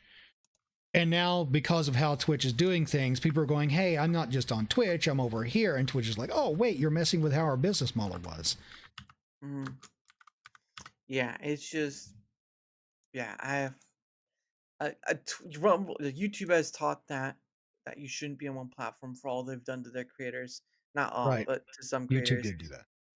Twitch has done that for how they've treated some of their creators, and and um and while I've not seen too much of Kick or anything like that, I still believe I don't care if a hey Paul, what's going on? I'd say give Hey, Kick a try. If it's not for you, I totally get it. If you have yeah, apprehensions about how they get their money, okay, that's fair. I mhm, understand. But yeah, I would no, say, at the very definitely, least, give it a try. You might find something you like. yeah. It's always good to you're welcome, Darasan. Well, you don't have to call me Darasan, but I appreciate it anyway. But yeah, it's I just don't think it's viable anymore. And if you only on one platform and that's all you can handle, hey, look, don't listen to me. All right, Yeah. that's not content creation is about what you and you can handle. Hey, Like for okay. me, I'm only on two platforms because I only have so much time and so much mental uh, bandwidth. And really, at this point, it's really about what you want to do with it, not what I say. I'm just giving my perspective on what I've experienced. But anyway, um, to kind of to quickly go through one whether you're on the Rumble side or whether on the YouTube side, doesn't matter which side you're on. If you wouldn't mind leaving a like, sharing the content, leaving a comment or follow, anything that helps with the engagement factor is much appreciated. Now does help in being seen more, like all content creators want to be. I am a content creator at this point. It also helps in having other people on, like Zin, like Paul Hadouken, like B Roll, and like so many other people. At the end of the day, I've had on people whether they're a creator or whether they're not a creator. Over 290 plus people at this point. Who will be number 300? I don't know, but you'll find out when I get there. So that'll most likely be this month, but it'll be a bit. So we'll see. But regardless, any help with the engagement factor on either the Rumble side or YouTube side is always appreciated. So I thank you very much for that. And now I gotta find my link. Oh, there we go. That's my link right there. It has my Twitter X in it, has my email in it, has a link to Discord in it. I don't have a server. Don't ask. I've heard enough horror stories about doing a Discord server. It's just about being able to have another way of contacting me. Because I know some people do Discord only, some people do email only, and majority not people are on Twitter X, which is where I communicated with Zin and so many other people. Because it's just where the main stage is right now. Um, but yeah, all my links are there, including my Rumble and YouTube one, are in there too. Thank you for that. Of course, I am part of Proton's partner program. With that link right there, you can go and check out all the stuff. But I'm promoting their Proton Unlimited plan, which encompasses all their sweet stuff in it: Proton Drive, Proton Pass, Proton Mail, Proton VPN. Uh, if you want to, that link right there will save you 23 cents, or no, not 23 cents, 23%, 23% on the yearly uh plan, or whatever you want to call it, the yearly plan. But if you would just want to take the look, the link is there. There's so much stuff. Again, I use Proton on a daily basis. Zin right here uses Proton Mail for his stuff as Mm. well. We both what was that? Sorry. I don't use mail. I use their VPN. Oh, VPN. Sorry, I apologize. Well, it's still the VPN and mail are free to use if you want to test it out. But regardless, it is there to check out. And if you do decide to take up the Proton Unlimited plan, that link will save you the chunk of change right there. So there you go for that. And of course, uh, I have a little interesting thing with the uh, king and queen of biltong. Uh, They make it here in the US, in Texas. Um, not I didn't really expect them to get anything from it. I didn't ask, but they did, and I appreciate it ever since. And so just trying to pay it forward back to them, because they are one making it in America. It's in Texas, so those for you don't know, and it's really some good stuff. And again, you can go to the website, check it out for yourself. They sell more than biltong, UK treats, UK drinks, all sorts of stuff. And if it's your bag of fancy, guess what? You can save 10% off your whole sale. I use it. I did use my code when I went to go make a new order, and I saved 10% off. But beyond that point, it's up to you. Again, window shopping, right? You can look, you can see if you want or not. But if not, that's okay too. It's just promoting what I've used and had, and that's how I'd rather do it. So there you go. And then thank you for that, B-roll. And of course, kind of as a special ordeal here, because there's a someone who I've had on as a guest, but they have kind of fallen on hard times. So they have Adam Gray, who is also the one half of B-roll, which is commentary on old public domain movies. They've sort of fallen on hard times and are trying to keep from having to be kicked from their home. Obviously, I there's a lot of it seems like there's a lot of people out there right now who are needing some help on the GoFundMe stage. And I've seen time and time again, whether it be for personal matters or for building a new PC. At the end of the day, you can go look and see for yourself of what they say. Again, I have had Adam Gran and I've had his wife Barb on as well. And they're some pretty good people, pretty fun people to be with. But again, it is up to you if you want to give anything.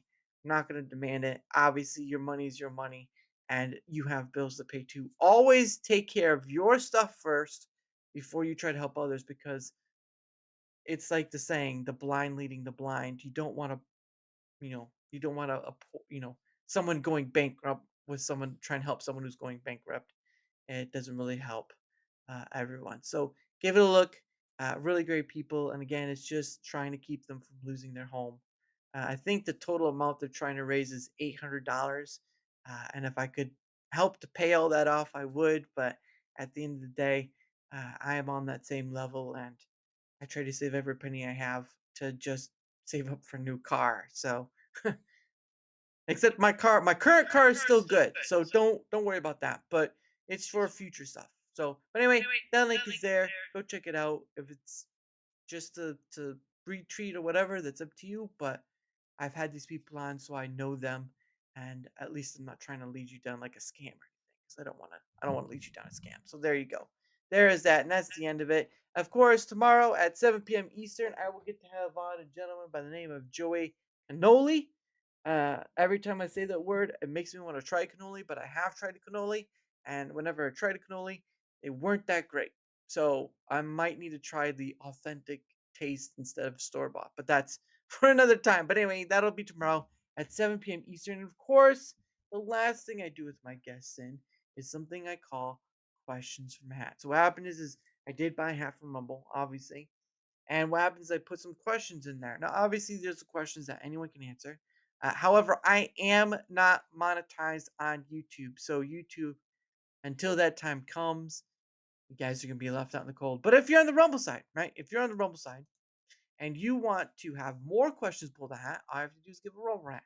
I don't include gifted subs. Maybe one day down the road, I might make a certain color paper for that. But for right now, that is not the case. So what happens is my guest gets 2 freebie questions, but you can pay to have one more pulled out. Whether it be $1, a $2, heck, if you did a $500, that'd be swell. But I know it's most likely not going to happen. So whatever you want, as long as it's a Rumble rant, that works out. So, are you ready, good sir? Yeah. All right. First question, not even looking in the hat, just feeling my way around like I'm a blind man in the dark. Let's see what we got. Oh, that's a twofer. All right, here we go. Here's question number 1. Let's see what it says. Okay, here you go. Question is, what's a book that changed your perspective on something? I'm actually not one for reading books. Oddly enough, about the only book I listened to was what was it?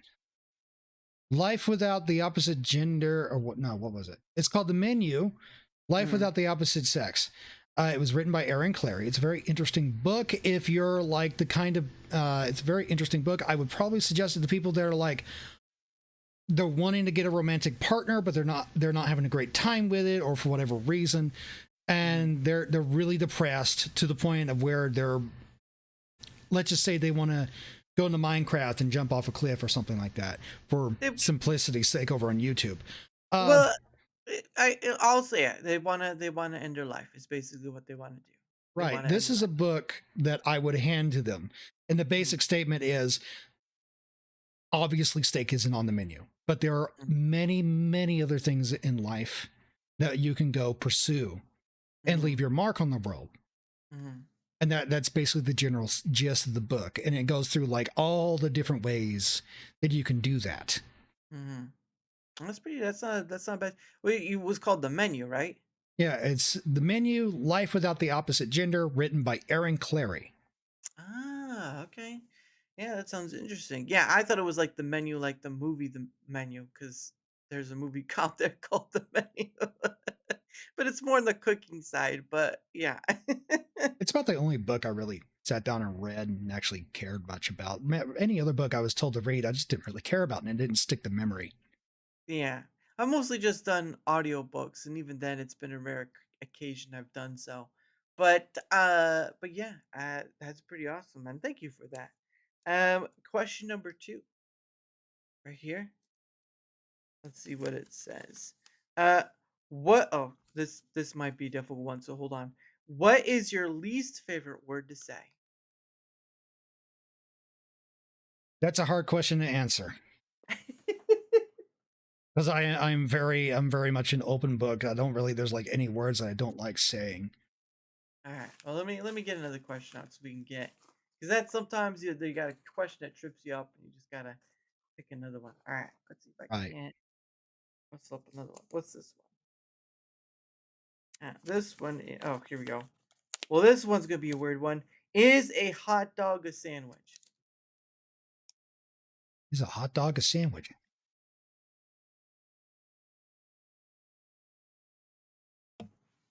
Technically, if you consider a sub to be a sandwich, because it's just 2 slices of bread against thing, but I'm not sure if it is truly a sandwich because it's not sliced all the way through. We may have to consult a chef about that. It is between two buns, so I mean, some people considered whatever is between the two buns a Eat a sandwich, variety of but toppings in between two buns. Technically, you could say it is a sandwich, much like how the ocean is a soup.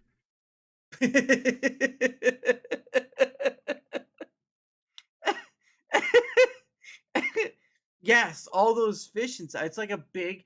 You know what? You're right. It's a big fish soup because all the fish Water, are in there. salt, meat, varieties of vegetables. Yeah, the ocean is a soup. You got the hot lava going into it. Yeah, it's self-heating. Oh. Oh, too hot, go someplace up north, you get nice and cold. Get lobster in there too. It's Yeah, smorgasbord of deliciousness. Just don't drink too much of the water and you'll be fine. yeah, that's how you end world hunger. Right there. It's right there. Let's go get some. Oh, yeah, go get some. People are like, it's too cold. It's too cold. Well, you gotta cook it first. Goodness. Meanwhile, there are people out there making a business off of it. Oh, please. Oh, yeah. Fishermen. That. Yeah, I have no doubt about that. And but again, of course, thank you. Well, actually, first, that is the end of the show. Of course, thank you to all my lovely chat people, whether you're on the Rumble side or YouTube side. Doesn't matter which side you're on, because I stream to both. And fa la la, I enjoy. And also, I'd like to thank my guest, the big Zin Man himself, the robot from another planet, it almost seems like. Thank you for coming on, good sir. And of course, like I always tell my guests, you are always welcome to come back, uh, but just not this month because it's very busy. I get it. As for me, for people over watching over my end, I'm probably going to go a little bit longer. My streams usually end at 9 o'clock, so I'm probably going to go play some megabonk to fill in the time. Oh, how is megabonk for you, by the way?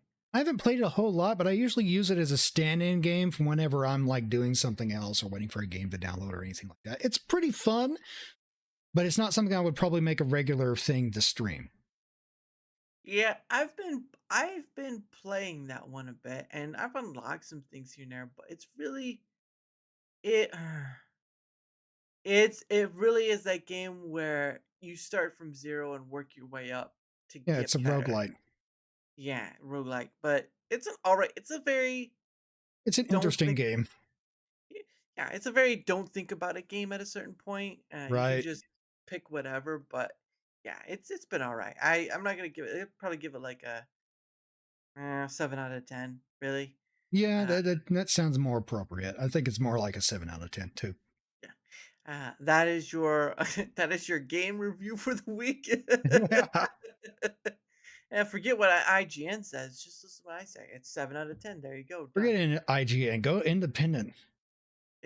IGN dependent. Ah, Yeah, that was a stretch. But anyway, guys, again, tomorrow, 7 p.m. Eastern with Joey Cannoli. Hope to see you all there. And of course, like always, oh, and of course, before we go, don't forget links down below on both the Rumble side and YouTube. YouTube side, again, I stream to both ends. Check out the stuff.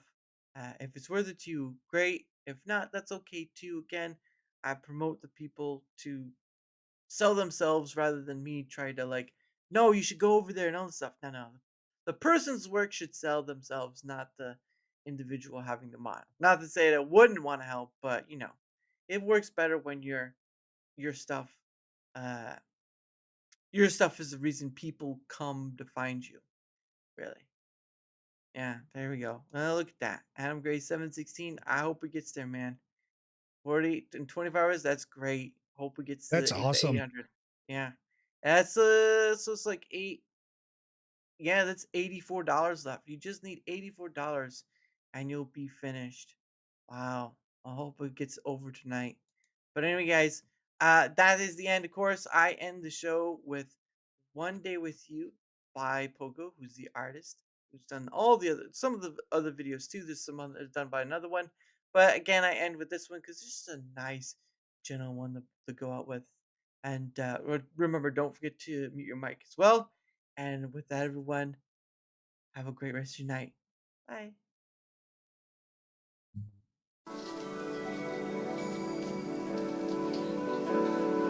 All right, folks, I'm going to take a short beat or be with this plays. I'll be back soon.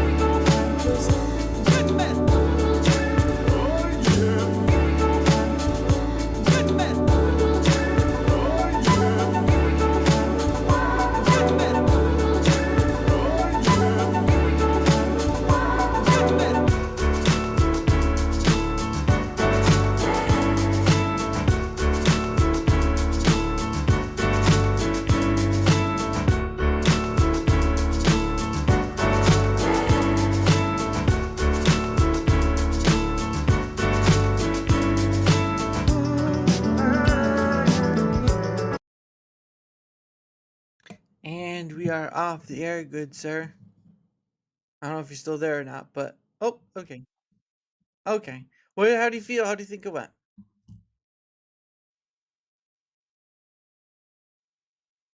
Nice. That's what I try to aim for, even though you never know. That's why I ask in the end. But no, yeah, I'm glad you're able to come on and thank you for your time. I did try to at least get it done because I know you said you had to be done by 9 because you get up in the morning. So I did want to try to respect that. But hopefully you're going a little later after that. You don't wake up too cranky tomorrow.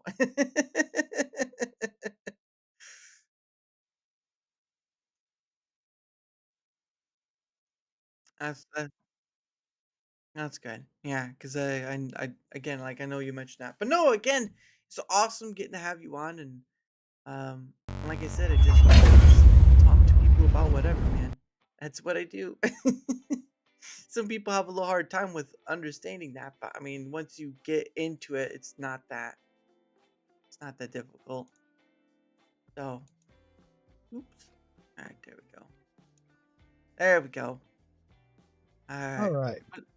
But no, yeah, I'm glad it got good to have you on. So what game are you gonna play after this? Oh, the I'm going to be Monkey Monk, going. right? Yeah, I'm going to go be playing some megabonk. In fact, I'm getting things set up for that right now. Nice. Now, do you always are you still streaming to other people now? Yeah, I'm still live. Oh, nice. Well, I hope your people have a great rest of your night, and I hope you have fun playing Mega Bonk.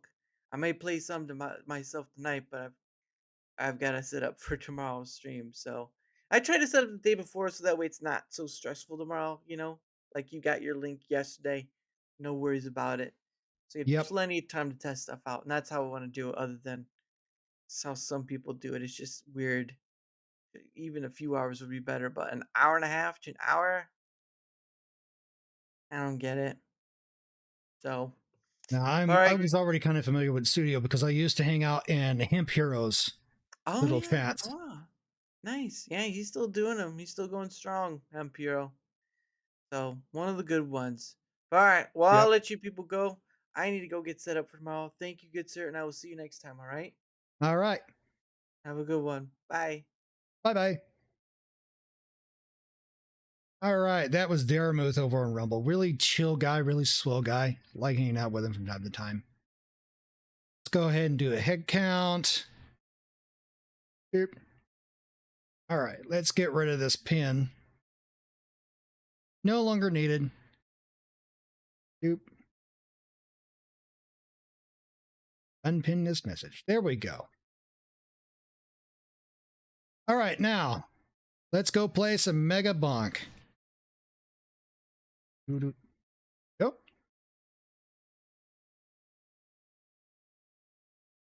Just give me a few moments. Oh, it's already there. Should be picking it up. There it is. Let me get my controller plugged in.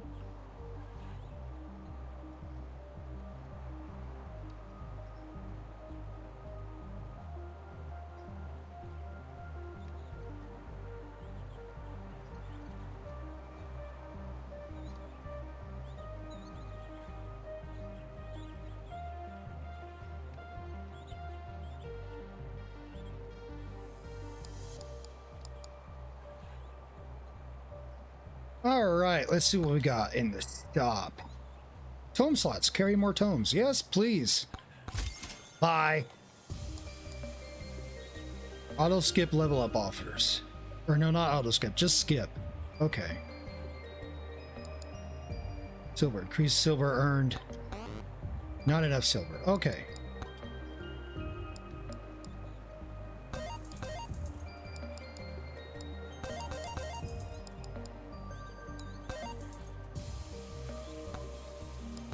All right, now I can buy this. Unlocks. What do we have? There's a mug. Rubinette. Okay, we'll buy that.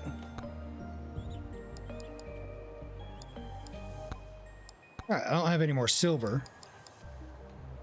Well, they start with the bow stonks. Gain 1 gold per level.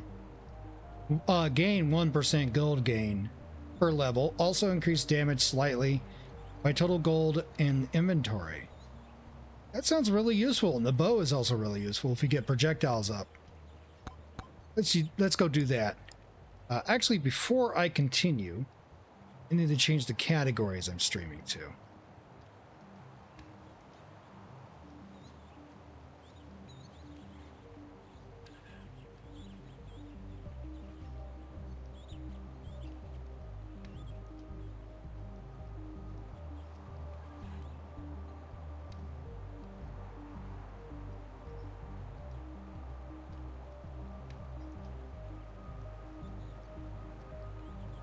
Ready.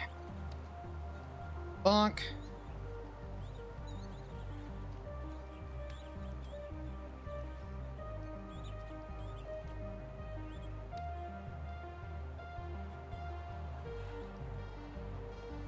That's been updated over on Twitch.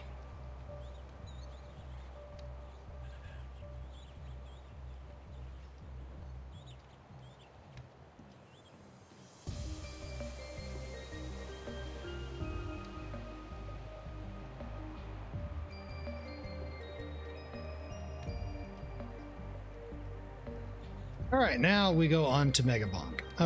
Let's see. Tier 2, confirm. Let's try out this character. Let's see how they do. You want to break it? Let's break it. Tell me how.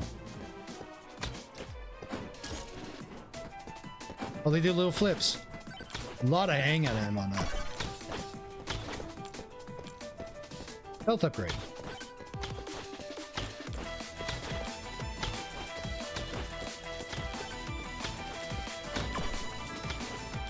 Yeah, sorry I wasn't verbally answering you, Roxanne. That's just how podcasts work. I wanted to try to be a good guest. Use calcium feathers, turbo socks, agility tome, jumps, and move speed from shrines with cooldown, and quantity tome with damage. Okay, so I have XP tome, HP tome, and regen tome available. Calcium feathers, turbo socks, agility. Okay. Flying around the map in no time. Okay. Let's see if I can do a refresh.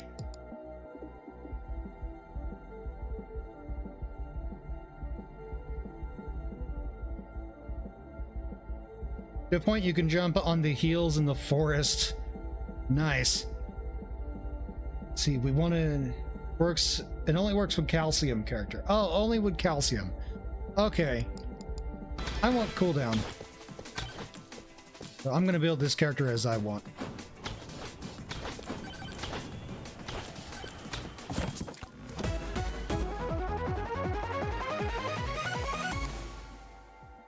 Scar, 50% more damage while airborne.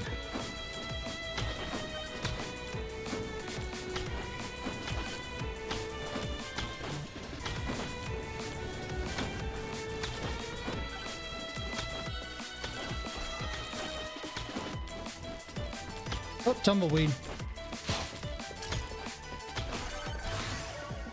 Robin works best with quantity, cooldown, damage, and projectile speed. Okay.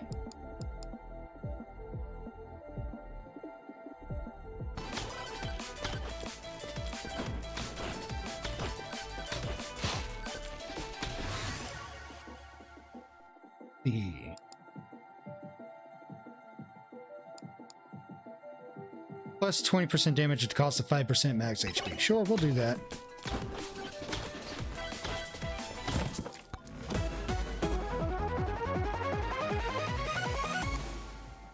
Becky shield.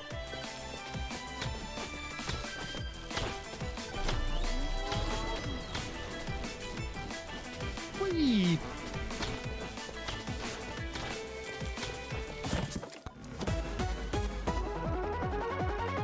Oh, epic rarity. Legendary. Overpowered lamp. Plus 1% chance to proc on hit effects. Cool.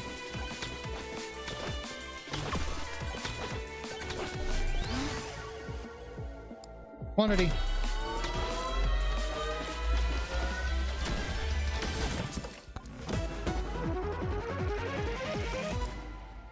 Onic Blade.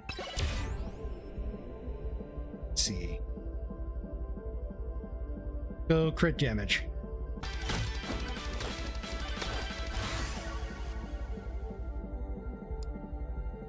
Quantity.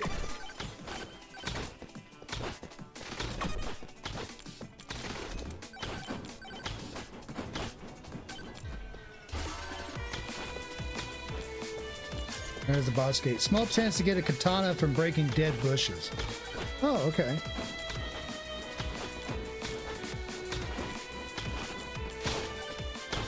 Talking about the tumbleweeds?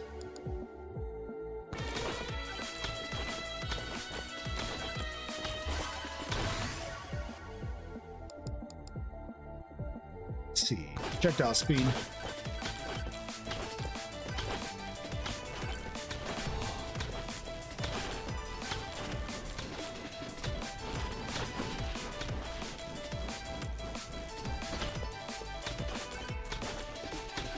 We ain't a rootin' tootin' western town. Yeah, right. Oh, there's a damage up right there. Or is that speed boost? I think that's speed boost. Speed. Hold on time.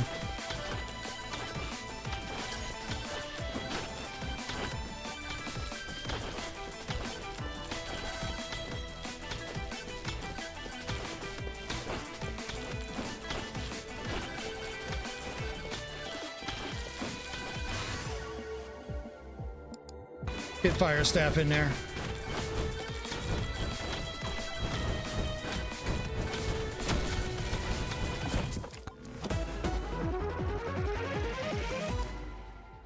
Beacon. Scorpion Nissy.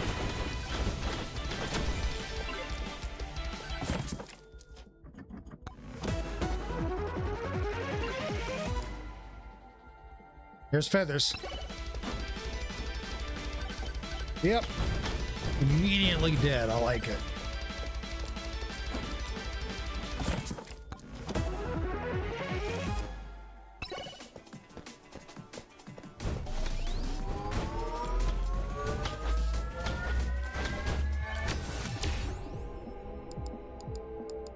Get some HP regen going.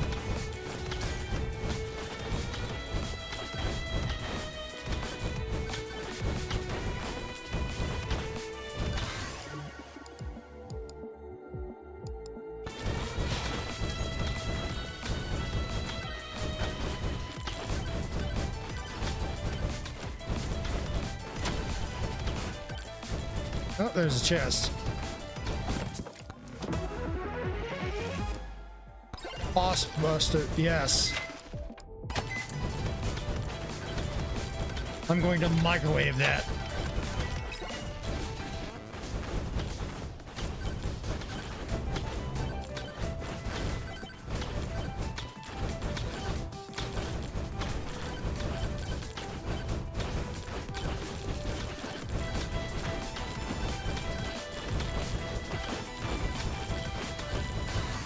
Barely breaks. You have so many fucking yeah. Banana.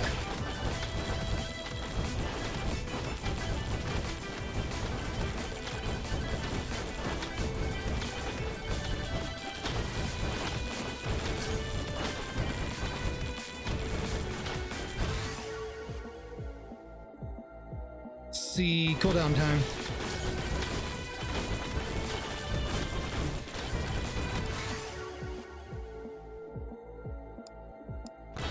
Yep, we'll do that.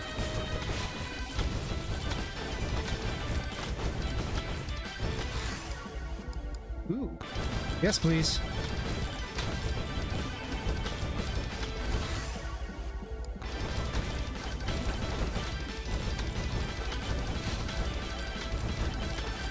Think about all these little tokens. We're getting a chunk of them.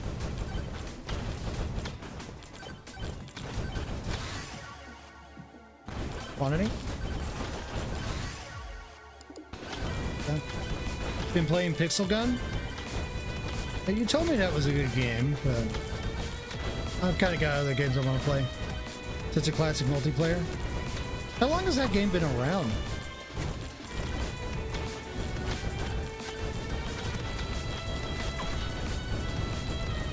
Since 2013? Wow. It's been around for over 10 years. Been a thing for a while now. Okay.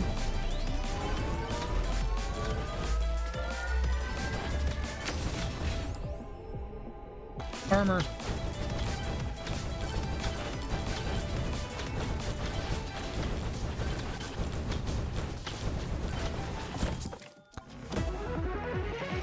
Bush is a good character. Don't you have to take him down to get him first? There's an enemy dealing 30% of their max HP every second. Nice. What is this?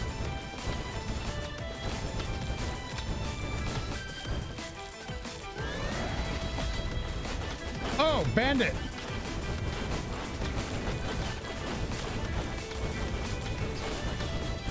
Oh, he's just like Bush. Okay.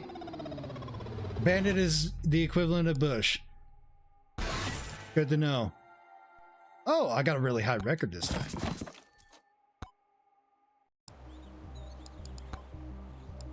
What is this? Banish. Cool.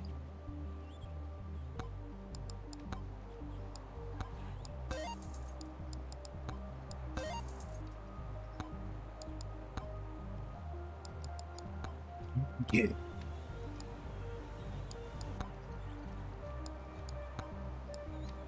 Right, tier 3. Wait, hold on. There are challenges? Kill all the bosses. Die upon taking any damage or touching an enemy. Grab tons of items before enemies grow too strong. You're a small boy with big dreams. Weird controls. You only have 6 minutes to win. Okay.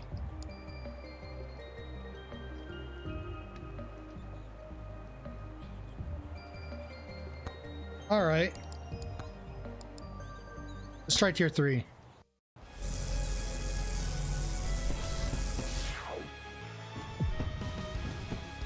He came running through the jungle holding a nanner. Or maybe it was a cuts off.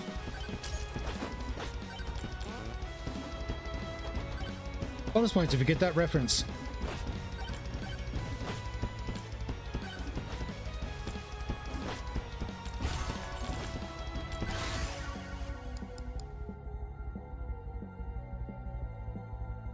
Let's see. Let's get Silver Tome.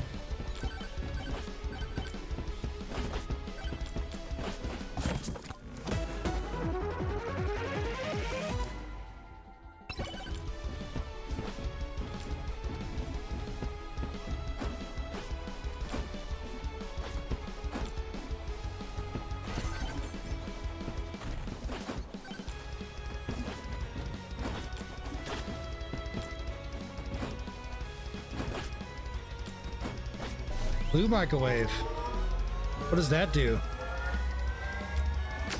Is it a different rarity type? Rare items. Yep.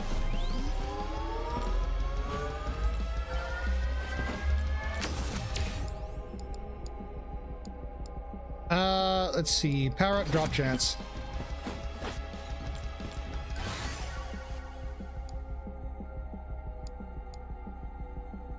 Lightning staff.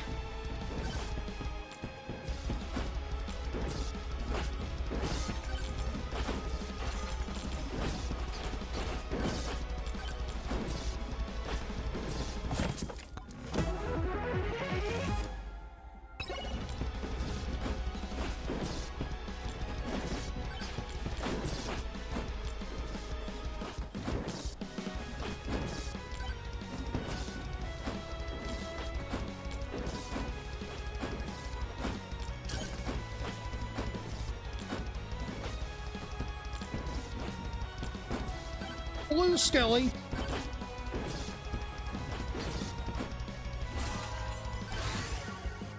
Nice. All right, let's see. I'm gonna take a revolver.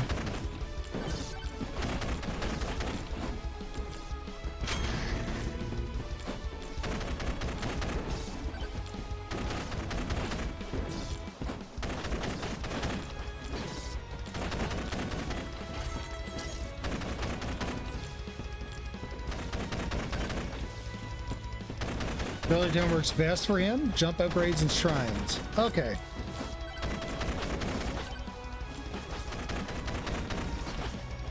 Oh, I forgot there's fall damage.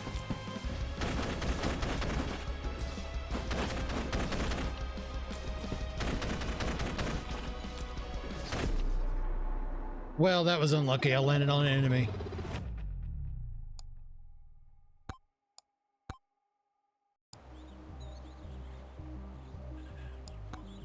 Locks. Weapons. Poison flask. Okay.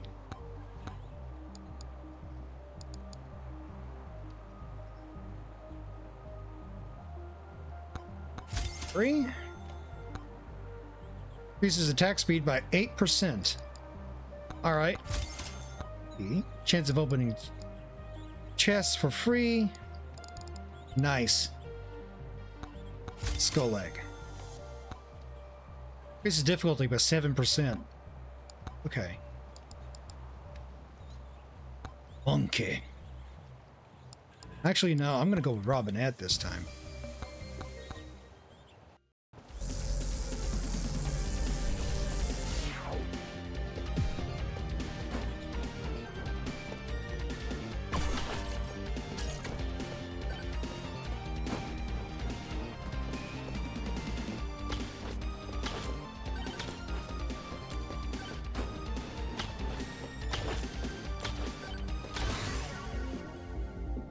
All right, let's see. Banana ring.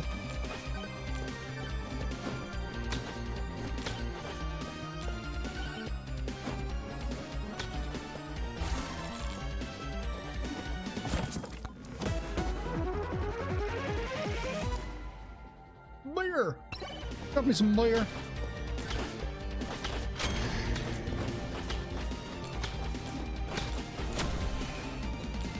Oh, chest.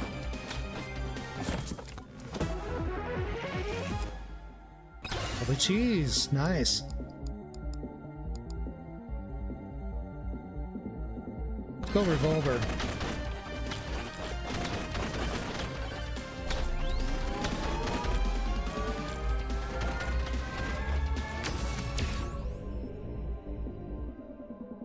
Let's see. Pickup range.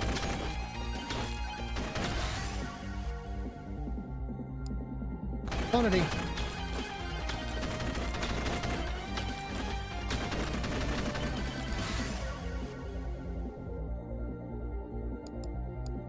Size. Because size matters.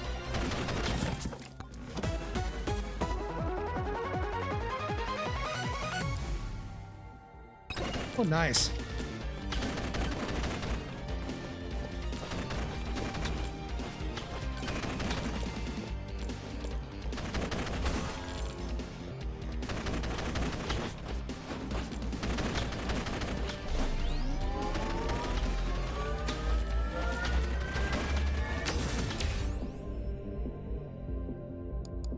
Max HP.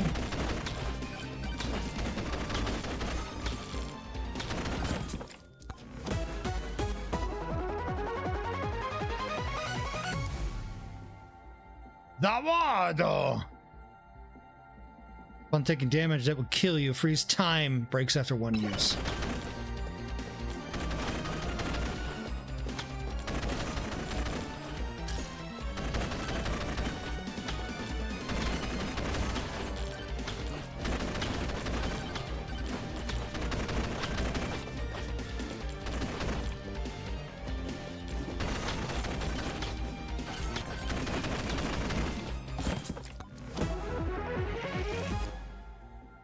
Gym sauce.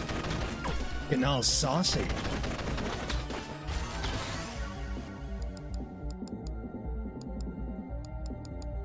And a ring.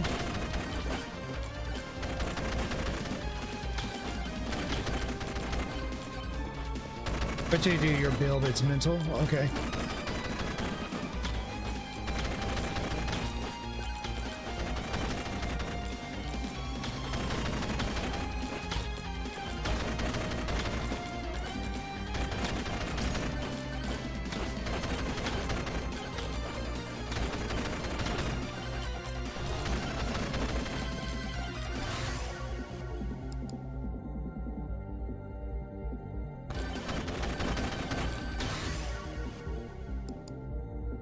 Agility.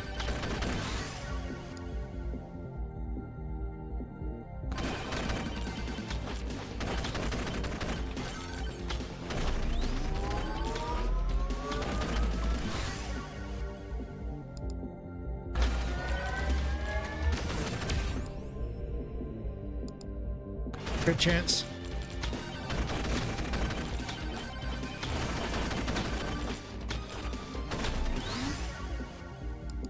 Projectile count.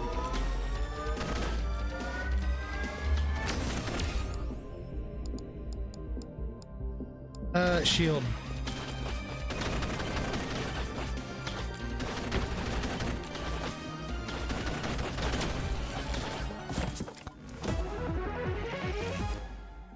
Turbo socks.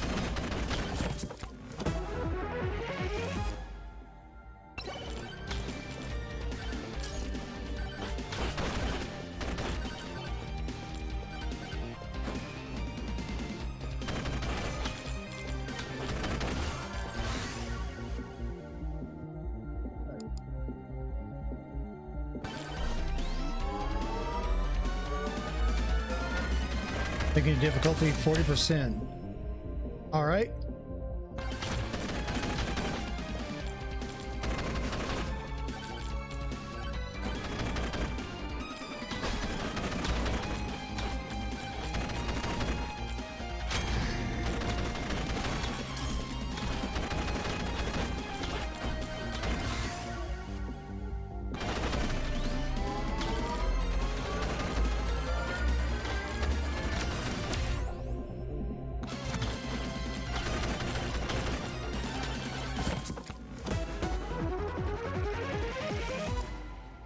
Phantom Shroud.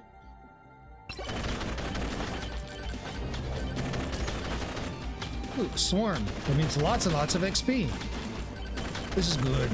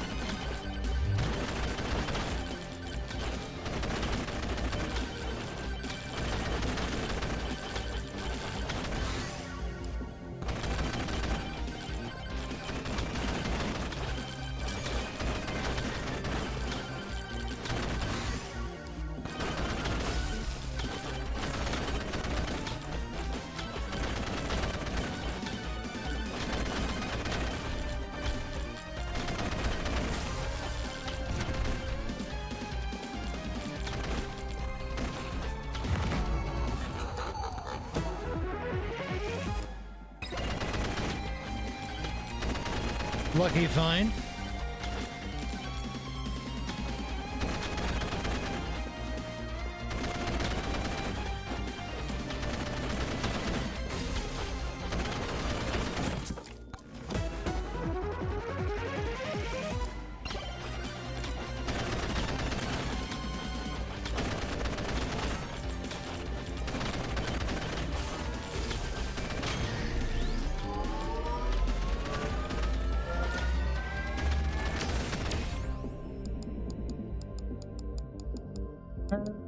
Let's see. Projectile speed.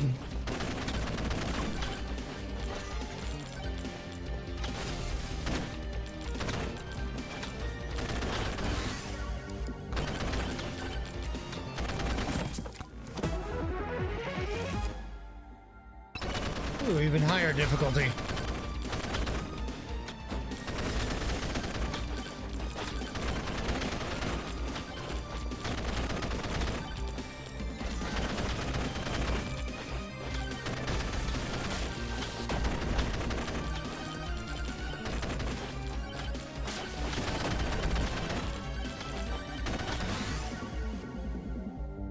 Moldy cheese.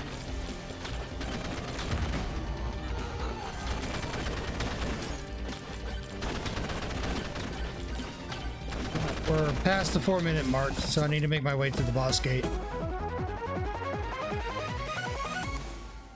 Sword gloves. Okay. Can I open another one? No.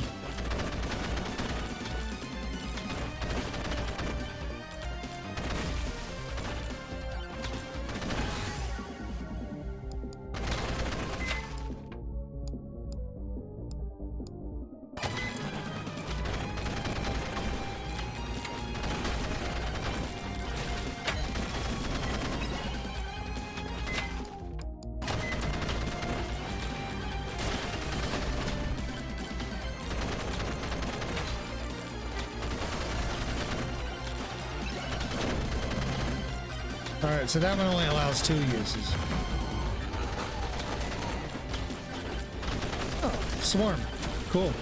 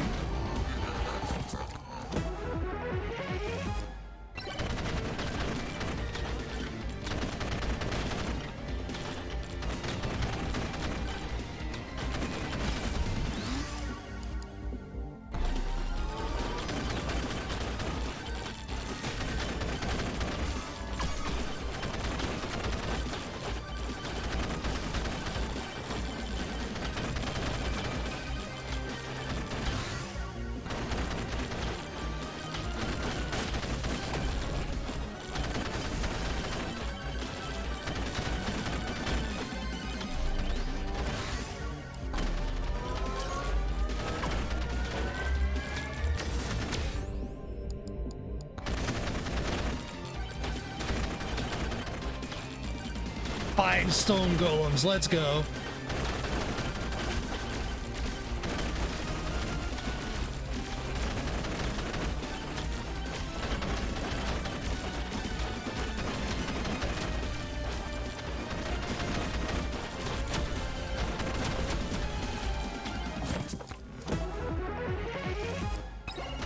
Here's stall.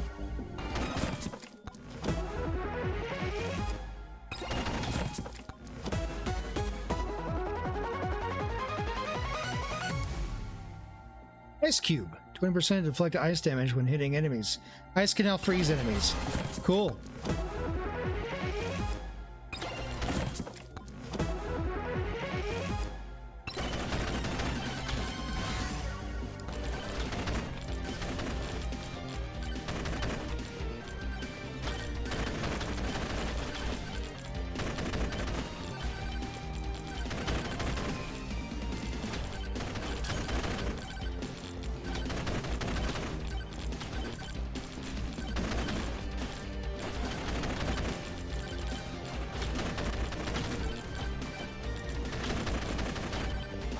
Calcium, you could try to charge all the shrines for a legendary item.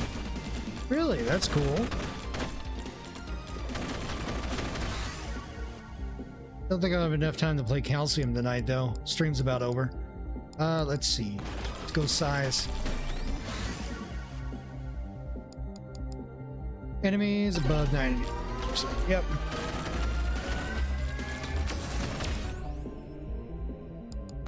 Speed game. Time to summon 5 bosses. 5 little barks.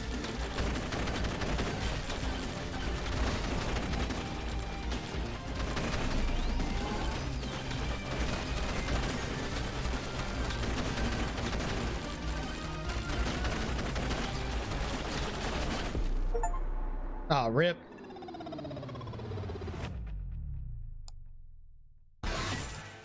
New record. Oh, even higher than last. Top 83.6% of players. Okay. New item, Toxic Barrel.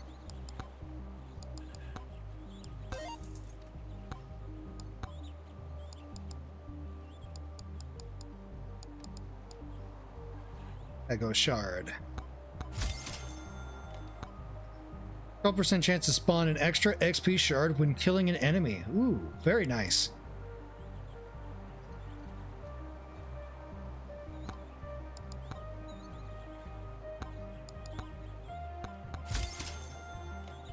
Golden sneakers. Earn money by moving around. All right, let's do one more run. I'm going to do calcium and do what you suggested.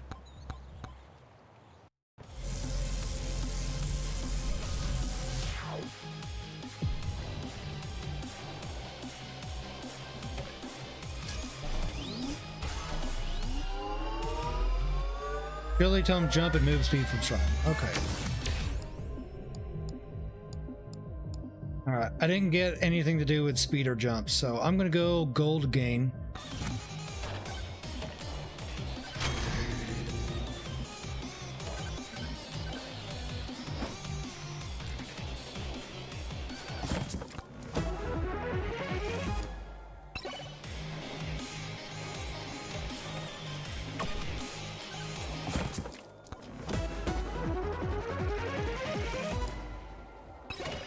Nice. Movement speed.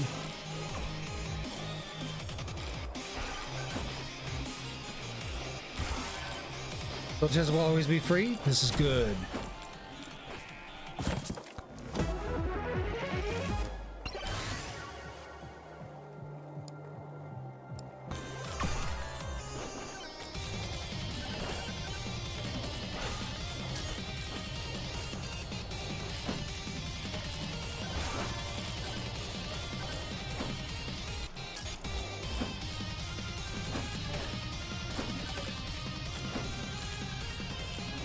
There's the boss.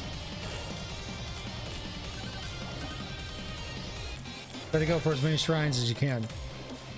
Got it.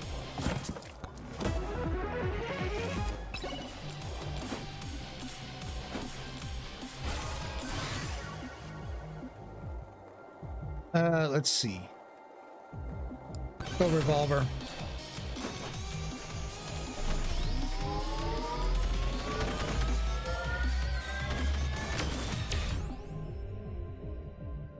Speed, power up, damage, more movement speed.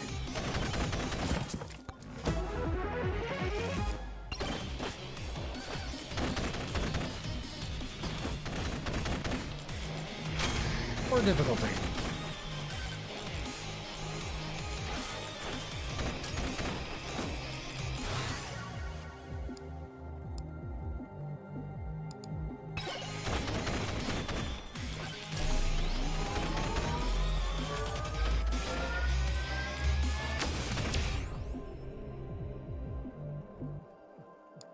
HP regen.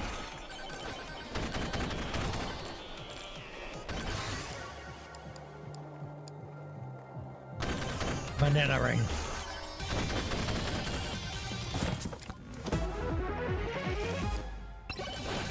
Leg.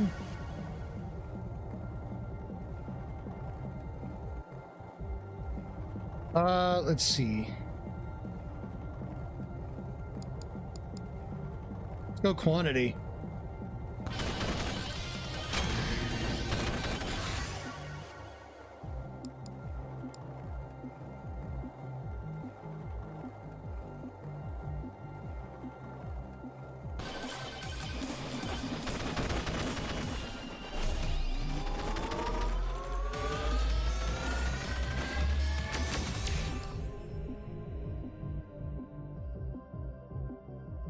Projectile count, movement speed.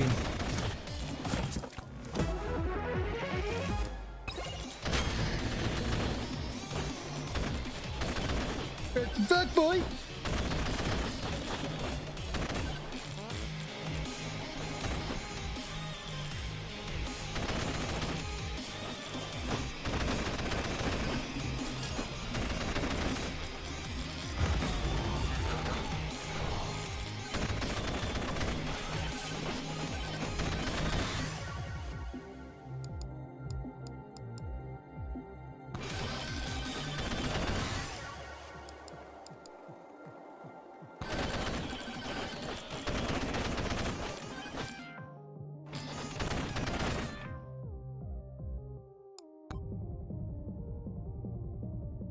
Okay.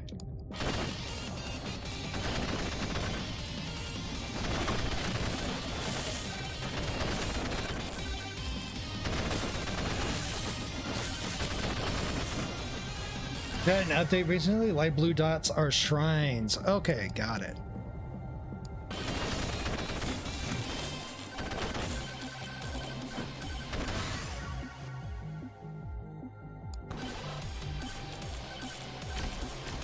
Apparently there's a boss. Mini boss.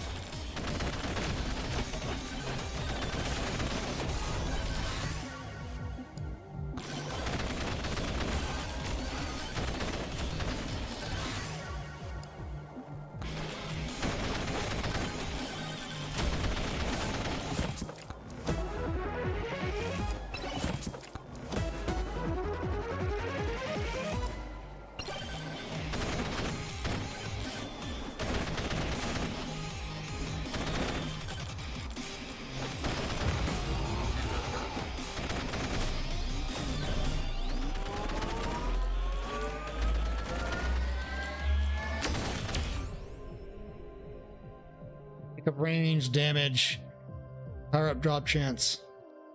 I'm gonna go pick up range.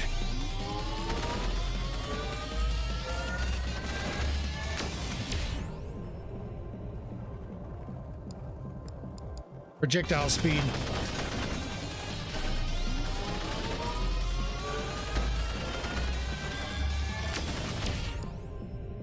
Jump height.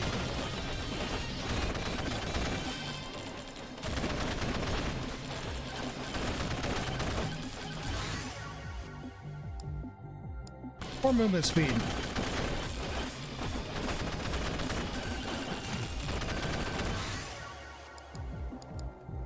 Or movement speed. Even more.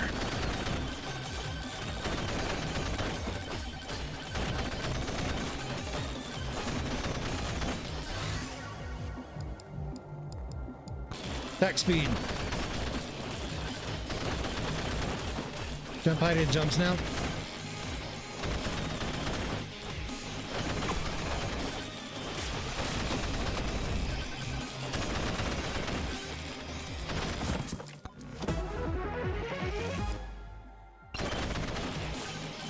Jones.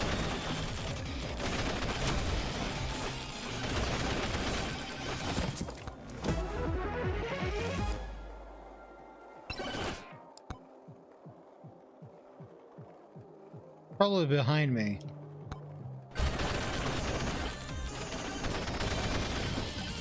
There they are. 3.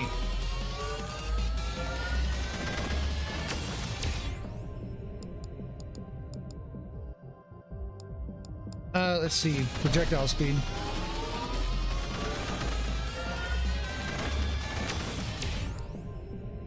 Extra jumps.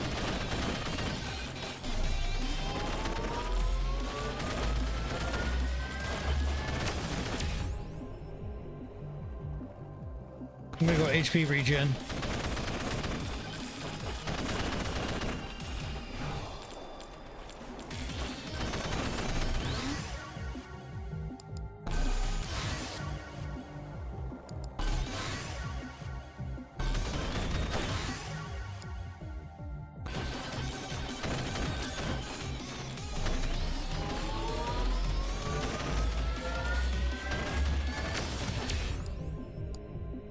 Or extra jumps.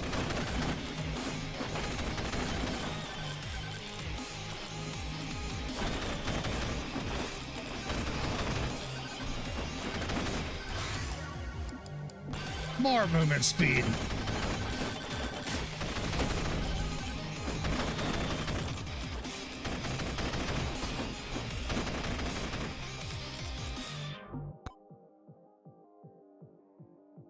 Gotta find all the shrines. Okay. It looks like there's one ahead of me.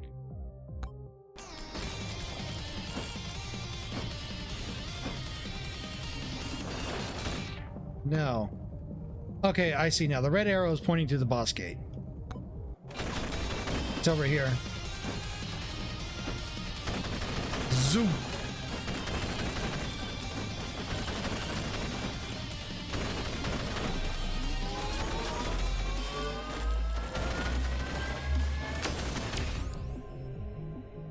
Another extra jump. One down to the south.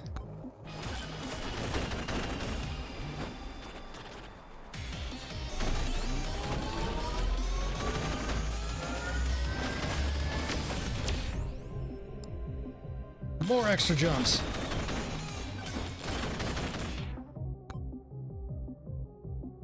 Another to the east. Oh, blue skelly. I want that. More movement speed. Yeet.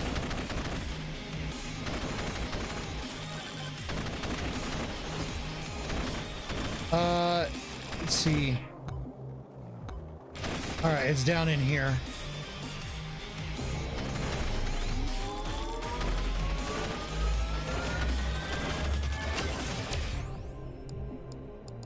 More movement speed. Sucky magnet. Complete every single charge shrine on the map. Got it. Matter of fact, I'm getting obliterated.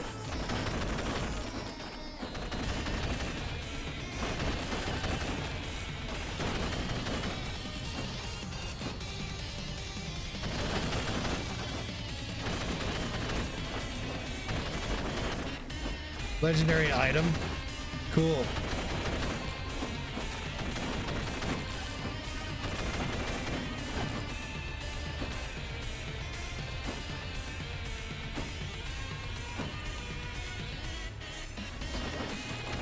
I'm moving so fast, stuff won't collect until I stop.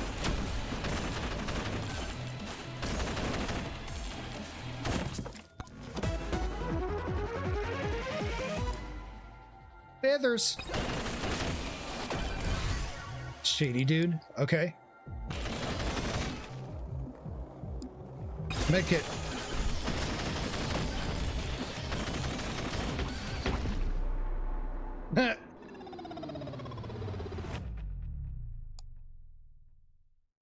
Now he's a brown skelly. Probably don't want to know what sewage he crawled out of. Legendary item is really good. Okay.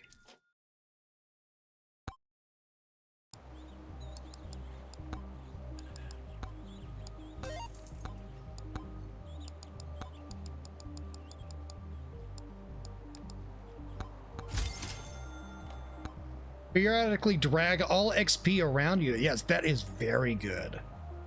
That is very good. All right, it is after 9 o'clock, so this is where I need to end my stream because I do have work tomorrow. I'll be back to playing some more Outlast tomorrow. Let's go ahead and exit this. Let's go find someone to raid.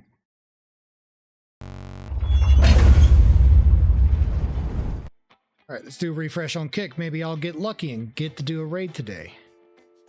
No, not enough people this time, unfortunately. Just 2 viewers. That's okay, though. Maybe another time. All right. Let's see who to raid tonight.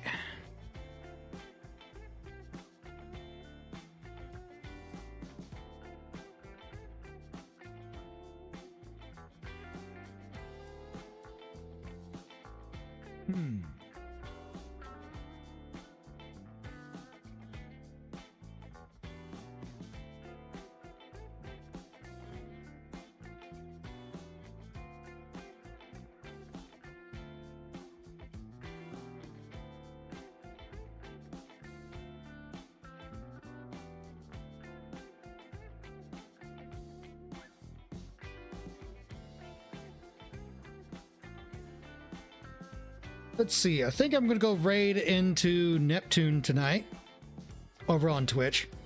Super chill guy. Dude's a planet. He's also a fish man. I like talking in his chat. It's always a great time to hang out with him. Oh, he's on a BRB screen. We're going to do a sneaky raid over on him on Twitch then. All right. I have been Zin Belamuth, your Clayka Commander. I'll be back tomorrow with some Outlast at 6 p.m. Central Standard Time. Y'all have a great time. Peace. Arigato, all clangers. You stay till the very end. In this world, we true explorers. Robo friends who never bend.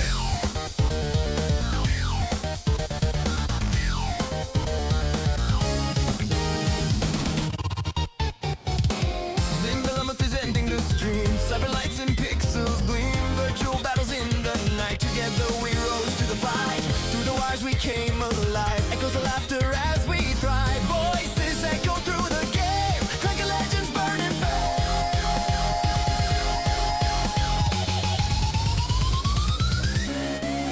Arigato, all clangers. You stay till the very end. In this world we're true explorers. Robo friends who never bend.